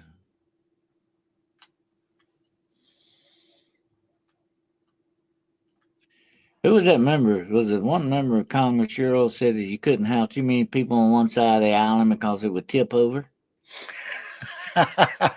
Yeah. Remember that? Yeah. I think he was talking about Puerto Rico or something, wasn't it? Something like it. So these are all ships that supposedly are still underwater or where they wrecked. Mm-hmm. So there you go. You can go to Google Earth. The reason I brought up Montauk is I was reading the other day, there's been a lot of shipwrecks around Montauk, you know. That's where our friend Brian, you know, lives around Montauk. Yep. And I think there's a ghost ship there, you know, by the way. This sighted once in a while, yeah.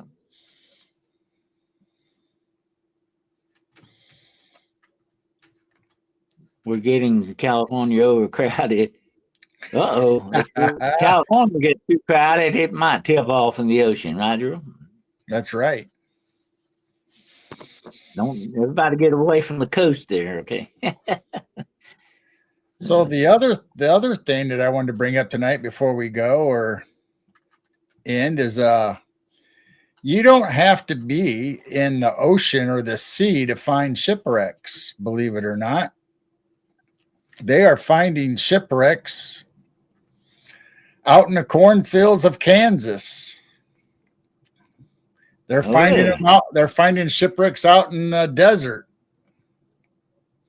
Well, you know, there is one story. I wrote a story about it one time. A legend in the desert about a pirate ship out in the desert. And what it was that this pirate ship got washed out there in a great hurricane.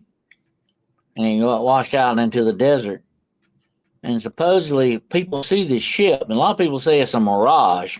Some people say it's a ghost ship, and other people say only see it at certain times, like a sandstorm or something like that, and that it's still got sails on it and everything. You know, that's a great legend when you think about it. The Ship in the Sand. That's the name of it. And actually, I wrote a story about that. And it's a fascinating legend. Is there still pirate gold on that ship or what? It'd be neat to find. That would make a great movie when you think about it. Sort of like Indiana Jones a little bit, you know. That would be neat. What's this? So if you this is treasure that's still supposedly out there or has not been accounted for. So if you look up here off that coast of the United States where I was showing all those shipwrecks, there's supposedly $7 billion worth of gold and gems and whatever else still out there underwater that they haven't found yet. And you can travel all over the world to these hot spots, and supposedly there's still treasure there. Well, I mentioned that a couple of shows back, Gerald. A lot of people didn't believe me. They said, "Oh, come on, Dennis, you're shooting some bull here." But it's really true. Only 10% of the gold on this planet has ever been found. Only 10%, girl. That's true. Look, 90% of it's waiting out there somewhere. Well, I That's wish I could right. find some of it. Yeah. And we're talking about not just unmined gold. We're talking about, treasures like this that may be out there. There's a whole lot of them that's never been. We've only found 10% of it. You know what I'm saying? Yeah. So out in the middle of the deserts where there possibly was an old river or waterway, or like you said, maybe a hurricane put it there. But Mhm. speculation is that there used to be old waterways and then it got covered up by sand and stuff got buried to time.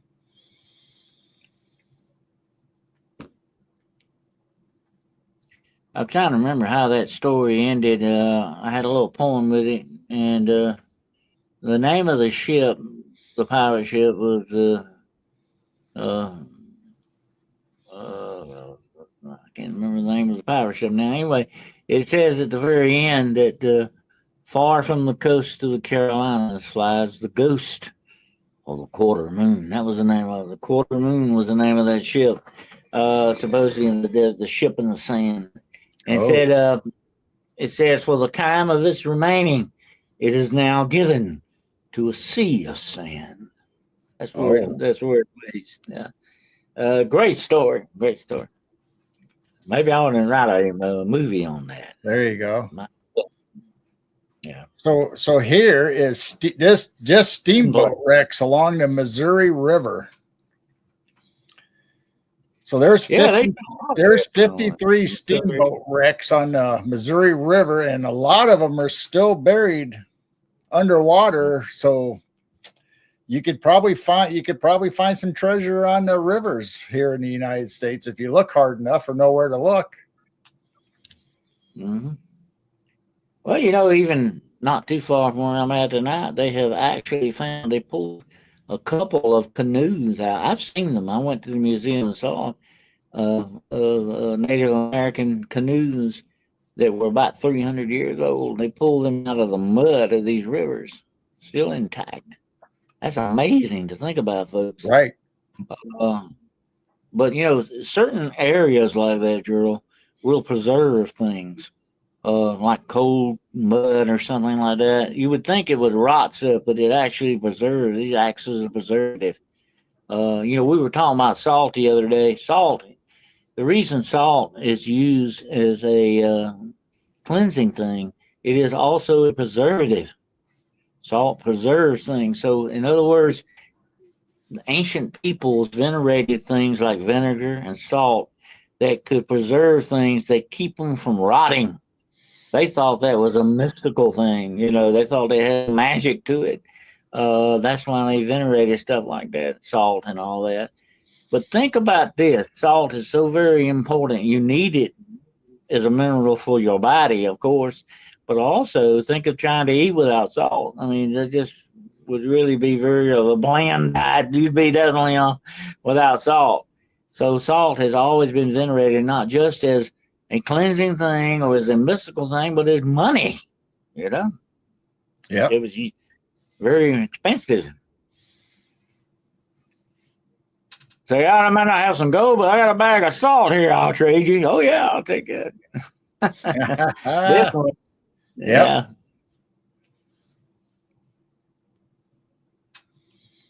Oh yeah, Kyle Smith. He's got a metal detector. I've had a lot of fun with metal detectors. Mostly the only time I ever find the bottle caps and old car tags. About all I ever found. I'll take that back though. One time I did find a musket ball, and it looked Oh, like it's probably from Revolutionary War days. I don't know, but it was a musket ball. yep. My cousin used to go metal detecting, and he would go Mm-hmm. every place that there would be a big gatherings.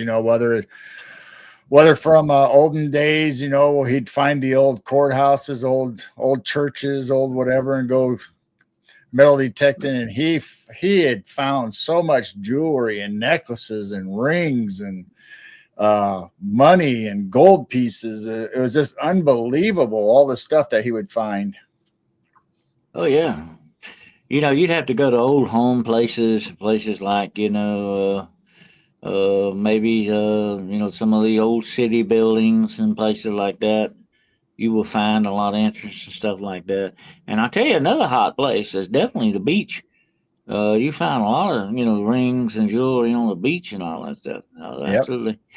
I dug a hole one time years ago. I was out on the beach and I actually found a mastodon tooth. I got it around here somewhere. That thing's about that big. That thing is a million years old. Okay, but that was neat, and I never would have thought I'd have found something like that. But you don't know. You never know. Of Yep. course, that doesn't show up on a metal detector, unfortunately. But the other things do. Of course, people lose rings and watches and all that on the beach all the time. Yep. My mom even talked about going to a funeral out in a country cemetery where when she was a kid, she lost a gold necklace. Never did find it. So it's still out there somewhere. Yeah. That's the way things get, especially in grass and leaves and stuff like that. And I've seen things, people drop things, they just disappear. You never see them again. It's like it's swallowed up, they're I gone. think I think the That's weird. elementals grab it. Little Yeah. fairies. I always thought there's certain parts of my house where the twilight zone kind of goes over every now and then, and things disappear forever. But anyway. But it's been a very interesting show there, definitely. Shipwrecks. I've always, I've actually seen, and there are certain places you can go there, the shipwrecks are on the shore of the ocean. I mean, we're talking about big ships that they get, they just put them there and let them rot away or rust away. That would be also a great, I think, chance to do some urban exploring. Like if you could get on some of those ships and look around, no telling what you might find in some of them. And of course, they call a lot of that dry docking a ship. When you dry dock a ship, you just put it Yep. there to let it go away. But and just like you said with a metal detector, that would be a great place to go with a metal detector. There's no telling what you might find on that ship. Absolutely. Yeah. Yeah. I like that magnet fishing too. Yeah, that's fun. Of course, in some places that is actually against the law to do that. Why, I don't know, but it is. But some places, I think in this state, it's supposed to be against the law. I've heard that, but I've always wanted to do a little bit of that because you could find like old swords and knives, guns, and all kinds of stuff, man. But I saw one guy pull up a motorcycle one time. Yeah, that's neat. I got a very powerful magnet to do that, but I found out it's against the law, so I'd have to do it at night. I'd do my magnet fishing at night when I walk around. It's only against the law if you get caught. Yeah. Well, that'd be the first thing the game warden to show up. What are you doing out here, boy? Well, I'm Fish. trying to magnet fish out here, but it ain't working. You know, maybe you believe that. I'm just fishing. And the fish is just not attracted to the magnet for some reason. I didn't say I was very good at it. I just said I was fishing. Yeah.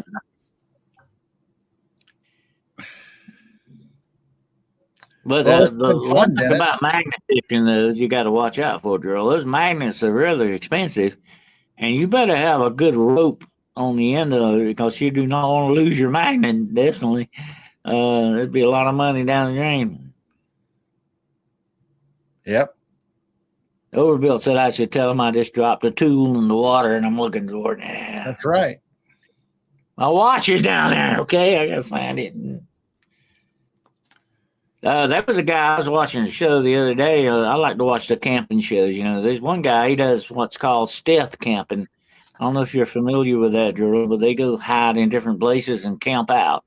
And he camped out in a cemetery the other night. And anyway, they do stealth camping, and he actually found a drone in the water in a little pond there, and he fished the thing out, and it still worked. The light was Wow. to come on and everything. Yeah. So it evidently was a waterproof drone. Oh my. So there ain't no telling what you'll find when you go looking around places like that. You never know.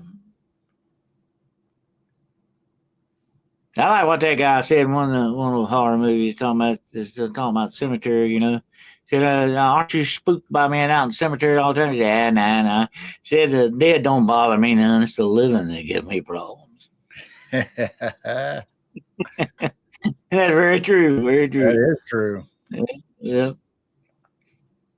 On Long Island, you need a license to use your metal detector. My gosh. Ooh. What do you think you're gonna do? Find the Bank of England stuck under there somewhere? Or something? That's crazy. Stay Yeah. away from Fort Knox with a metal detector, right?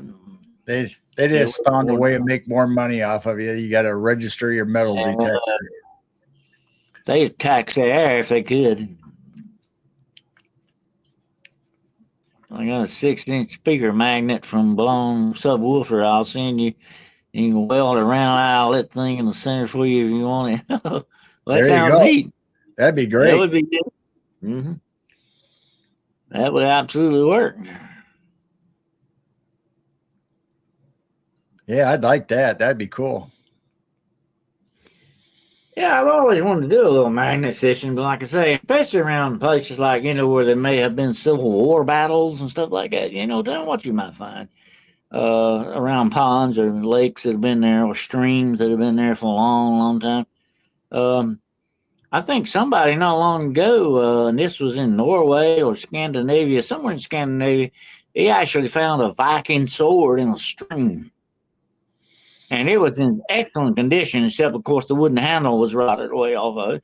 But the rest of it was in excellent condition. You could even read a rune that was wrote on it, Wow. carved out of it. It's wild, man. I tell you, you never know what's out there. Yep. And I was reading the other day, and this is what fascinates me about archaeology.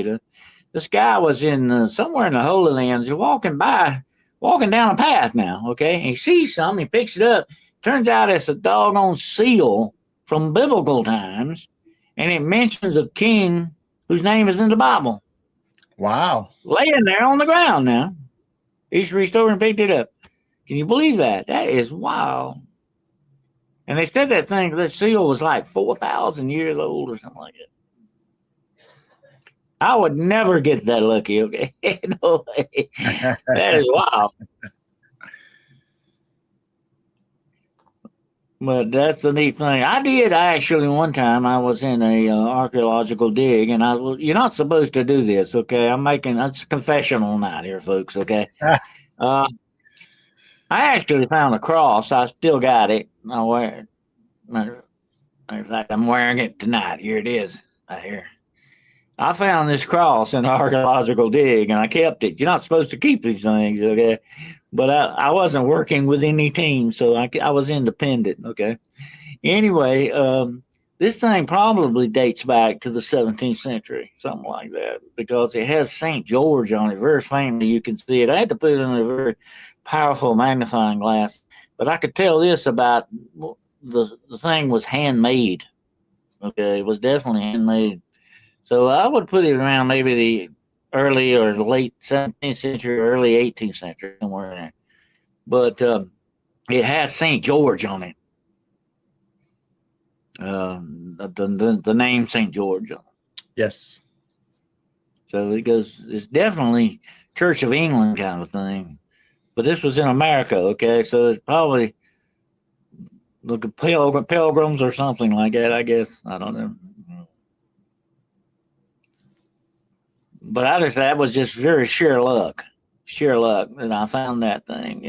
Well, actually, when I found it, I thought it was rusty. Because it was encrusted with mud and everything. I took the thing home and washed it off, and it come off clean. So the metal is not gold, though. Okay, if it is gold, it's very, very old gold, but it doesn't look like gold. It looks more like brass than it Oh, does gold. But it was not rusted. It resisted rust very well. Because I thought it was rusty outside. I don't see what it is. But it was just encrusted with a lot of dirt. With no rust at all. So I don't know wow. what kind of metal.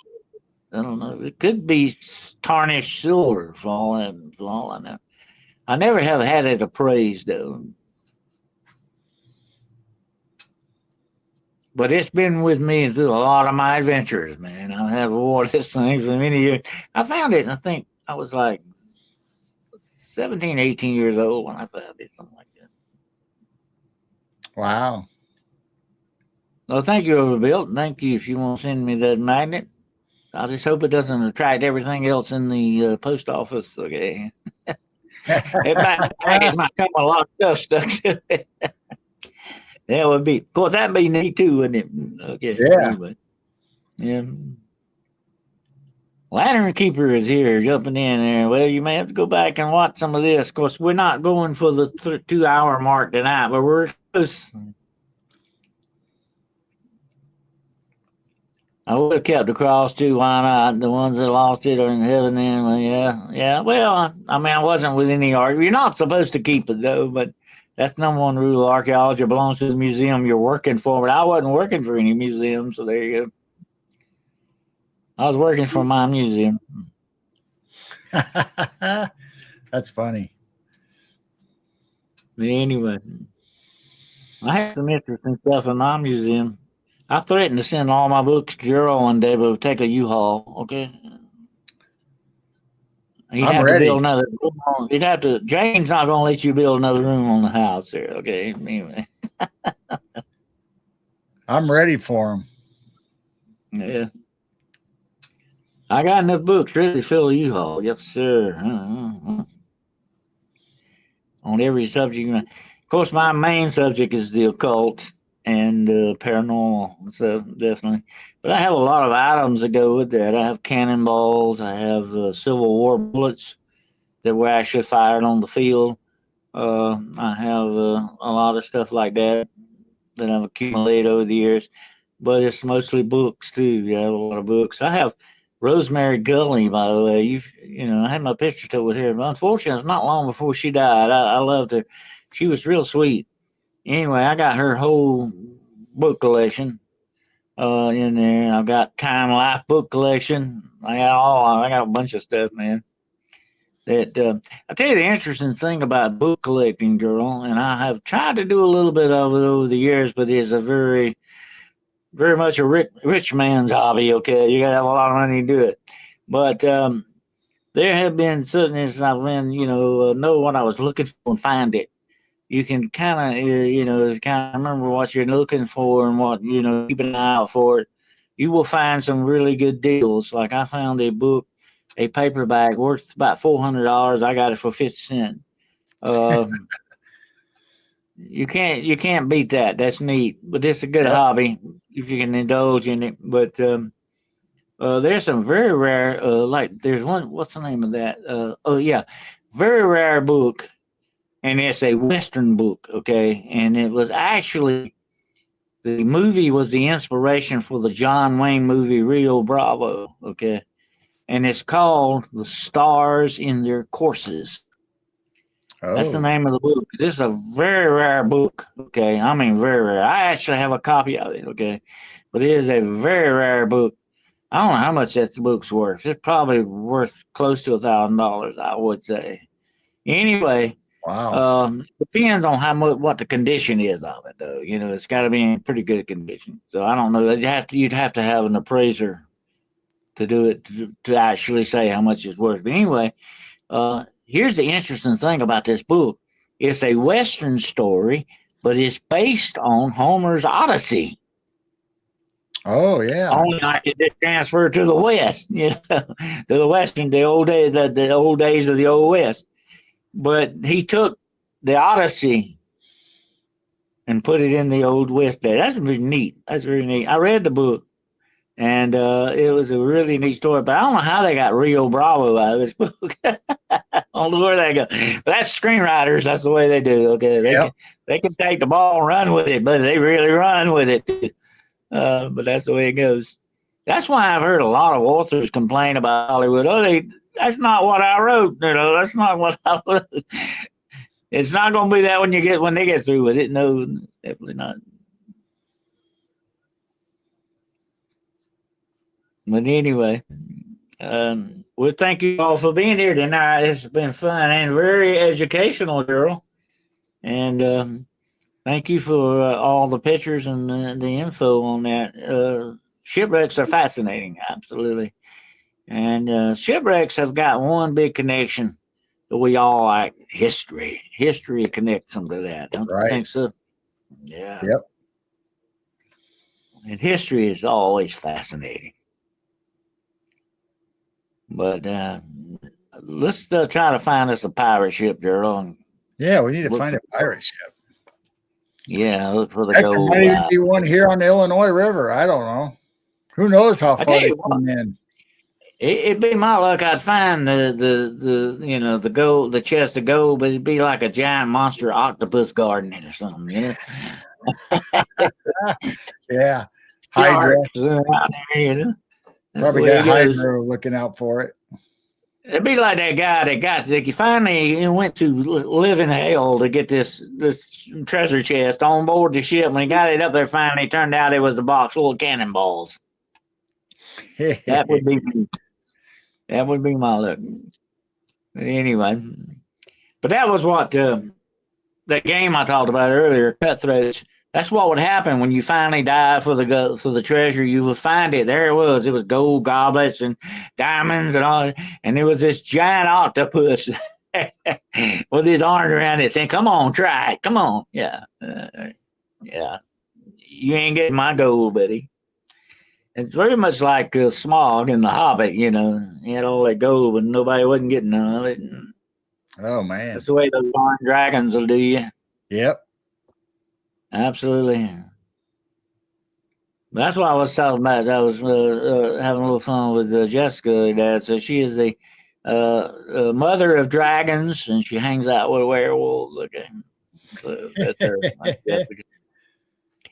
But check her show out. She had a good one today, and go to her channel, check it out, and her stores, War Woman Goods. She's got some neat stuff there. And show her a little love with that. Show Gerald some love too. He has a store. One of the things he has in his store is on his chest right now. Actually, That's right.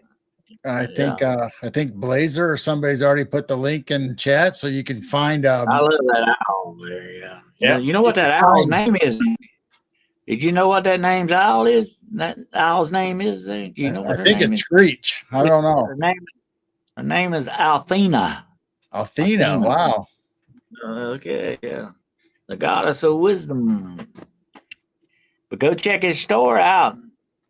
It's getting close to Christmas here, folks. You start shopping. All right, definitely. Yep. You can Uh, there's his link right there. It is Midwest Night Watchers Printful.me. Okay, go check it out. Yep, And you can bye, bye, find all bye. our logos. Jane's Churro Sounds, her logos are on the shirts. And Midwest Night Watchers, we have some Night Owl Lounge. We have cryptids. We have Bigfoot, Mothman shirts. So hopefully there's something there that everybody will like. Hey, the girl on since you said something about Mothman, this girl, and I've been to West Virginia. It's a neat place. If you get a chance to go to the Mothman Festival, you guys need to check it out. I think it's in September. Anyway, this girl was on Facebook that said Mothman stole my catalytic converter. That's awesome. I said, darn, that son of a gun gets around, don't he? But anyway, there you go. Mothman. He's always up to something bad. But anyway. So speaking of Jessica, she's going to be on our show this Sunday. Oh, yeah. What you going to be talking about? Blemmies. Oh, Blemmies. The Blemmies. Yeah. So there you go. You can find Jessica the Cryptid Huntress on our channel, and we're going to do a show on the Blemmies. Let me tell you, here's a joke you can tell her, okay? All right. Blemmies are not known for necking. Okay? Blemmies are not known for necking. They don't have a neck. Okay? No, they can't even rubberneck. They They can't can't do even that. watch you. They can't rubberneck or nothing. Yeah, there you go. They don't get hickeys on the neck. No, sir. But anyway, also you'll check out our good friend Lord Starfox. And on his channel, check his channel out. And our other good friend Heidi Pop. You check her out.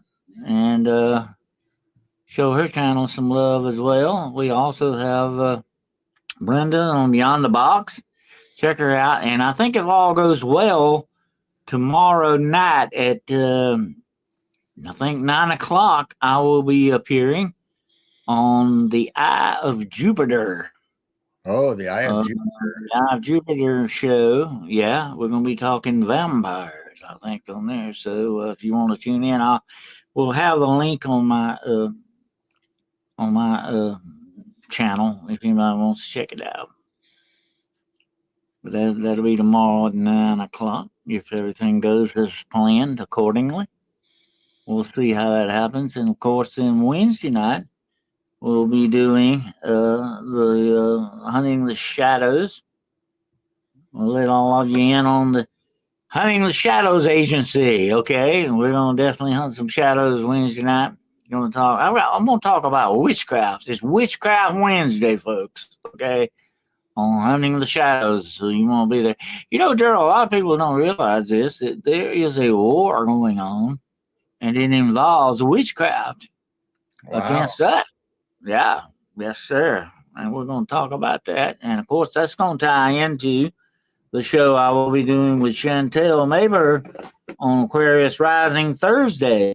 The war on witchcraft, not the war of witchcraft, the war on witchcraft. Oh. And yeah, so that's going to tie in with that. A lot of witchcraft going on here, folks. Absolutely. I got a lot of witches mad at me, probably. But that's the way it goes. So one night I'm sitting here and I turn into a big black cat or something. You all know what happened. Okay. Absolutely. So they finally caught up with Dennis. So definitely. But anyway, you got any other shows you got coming up there, Gerald? The show with Jessica Sunday. Then Wednesday we always do the Night Owl Lounge, and we'll hang out for could sometimes 2-3 hours depending on how the night goes or what happens. But starting at 10 p.m. Central, it's just a hangout with the chat, and whatever comes up comes up. What about your movies? You got some movies coming up here? I don't have anything planned right this minute, but I'm assuming Friday, Saturday will be movie night again on our Rumble channel. All right. Well, we'll be looking forward to that. Gerald always has some good movies. Absolutely, we like those old movies, definitely. If you go to our Rumble channel, all of our movies that we've showed is up there in the library. So go check out the archives. Oh yeah, you saving them in there, yeah. I've got a couple of good old movies saved in my archives. You know, I want to check them out, and you might want to run that one. You know, Seduced by Evil sometime. Oh, that's a good movie. You can get it free on YouTube. Put it on your channel, Gerald, and let everybody watch that. It's about a woman and her run in with a what? Skinwalker. Oh, good movie. Yeah, great movie. Absolutely. Seduced by Evil. Great movie. I think it's a made-for-TV movie. I like to watch those old made-for-TV movies from the 80s and 90s and all that. They did some good stuff back in the day. Yeah. And, here's the wild thing. People don't know this. You had a lot of, just like we were talking about Duel the other night, You have a lot of, I think it was written by, what's his name? Spielberg, directed by him. You had that going on with the movie, the made-for-TV movies. They had to cut their teeth somewhere, right? And they began with the TV movies. Yeah, George Lucas and Steven Spielberg and some of them. Yeah, we got some good stuff back in the day, folks. Yes, sir. We got good stuff. Absolutely. Before they went commercialism with it, definitely. But anyway, we appreciate you all for being here tonight. It's been fantastic. Please appreciate all your support so very well. I want to say I appreciate all the members of the Shadow Hunters Club. I appreciate each and every single one of you. Thank you so much for your support. It means a lot. And I also want to thank our moderators on here tonight. You do a fantastic job. We have one of the best chats on here, man. We have one of the best, and it's because we have some good moderators too. We got people watching And we got some good people like you out there commenting on all the stuff we talk about. So we appreciate that so much. And thank you so much for your valuable support. Absolutely. And we hope you'll keep tuning in to us. And who knows what we'll come up with next time, right, Gerald? That's right. You never know. Yeah. Well, I saw a film the other day, and I thought I might have sent this to you. I don't know if I did or not. But anyway, it showed, and it looks pretty authentic. If it's not, it's pretty darn good about some of these crop circles and how they're made, and you actually see some of these orbs like it out there, Oh, doing some weird stuff. I find that again. I'll try to send it to you if I didn't see. I thought I sent it to you, but anyway, I maybe I think you didn't. did. I think you sent it. Yeah. Okay. But check that out if you get a chance. It's really weird looking. I don't know. Like I say, nowadays with AI and all that, they can make things look old and all that. But it's interesting to look at and talk about because they have actually, here's the reason why it piqued my interest in it. There's actually been some eyewitnesses have talked about things just like this that they said they saw, happening with the crop. And Gerald and I have been interested in the crop circle thing for a long time.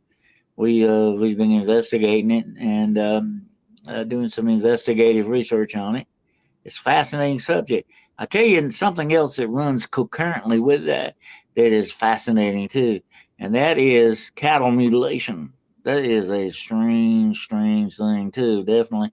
And here's the thing: you got two more rabbit holes connected to that, and that of course is alien abduction, and also you got human mutilation stuff going on too. You've got that happening as well. It may not be as prevalent as cattle mutilation or animal mutilation. You can't really say cattle because it's not all cattle. Sometimes it can be deer that's found like that, wild deer, wild Yep. boar. So I call it animal mutilation. That's basically what it is. But here's a weird thing about this, folks. I mean, they're finding like 1,500-pound bulls in cabins. How'd you get them in there? How'd they go with? And then some of them had looked like they had been dropped from very high places to put them in some of these areas. So weird stuff going on there. It's a fascinating subject, it really is.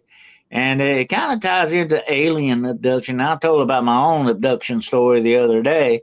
If anybody missed it, you go back and check it out. Of course, it was not alien, or was it? I don't know. It was a very weird thing that happened to me, but that is a fascinating subject. I've been interested in that for many, many years. I've interviewed a lot of people who supposedly have had abductions, near abductions, and full blown abductions. What's going on with that? And I have found evidence. Here's the weird thing, and I'm not going to say that demon word now, okay? I didn't say it, okay? Anyway, here's the weird thing. There's evidence, folks. Now wrap your mind around this a moment. There's evidence that a lot of these things that they think have happened to them may be some type of implanted memories. Not the real memories, they're implanted memories. Why would somebody do that? And for what reason would they do that? Is this running very deep into certain areas that are very mysterious? Huh? What's going on with that? That is strange. Why would you implant memories? Are you trying to create a false narrative of some sort? That's wild when you think about it, Gerald. Yeah, absolutely. Yeah. So there's got to be, like we said earlier in the show, everything has an origin. There's got to be some reason behind this. I don't think, can you think of anything that actually happens in this universe without a reason? Think Nope. about it. Everything happens for a reason. And that's what our part of our job is to find out, not just to ask the questions, but to find out what the reason is behind it too. That's part of it. That's part of the equation. So don't ever stop with just asking the question. Find out why. You need to know. Find out what's going on with that. That's real investigative research. That's where that goes. Okay. No matter how many rabbit holes you end up in with Bugs Bunny, that's where it goes. Definitely. Absolutely. Well, I appreciate you all being here tonight. I've rambled on long enough, but Well, we thank you all so very much for being here. And remember, you are part of the Road Less Travel family. And we'll be looking forward to when we get together again and share some more stuff. And until then, take care of yourselves out there. Hope you have a fantastic rest of the week. And don't do anything Gerald wouldn't do, but if you do, don't get caught at it, okay? But, uh, but anyway, I'll be your alibi, okay? I'll be your alibi. All right, Gerald? All right. That's right. Anyway, as long as you're my alibi, I'll be your alibi, okay? There we go. It's trade off. All right. But anyway, we thank you all so much for being here tonight. It's been fun. And until we get together, then take care of yourselves. Godspeed. Lux in Tenebris, light in darkness. And Gerald and I will see you in the shadows. Right, Gerald? That's right. Good night. Good night, everybody.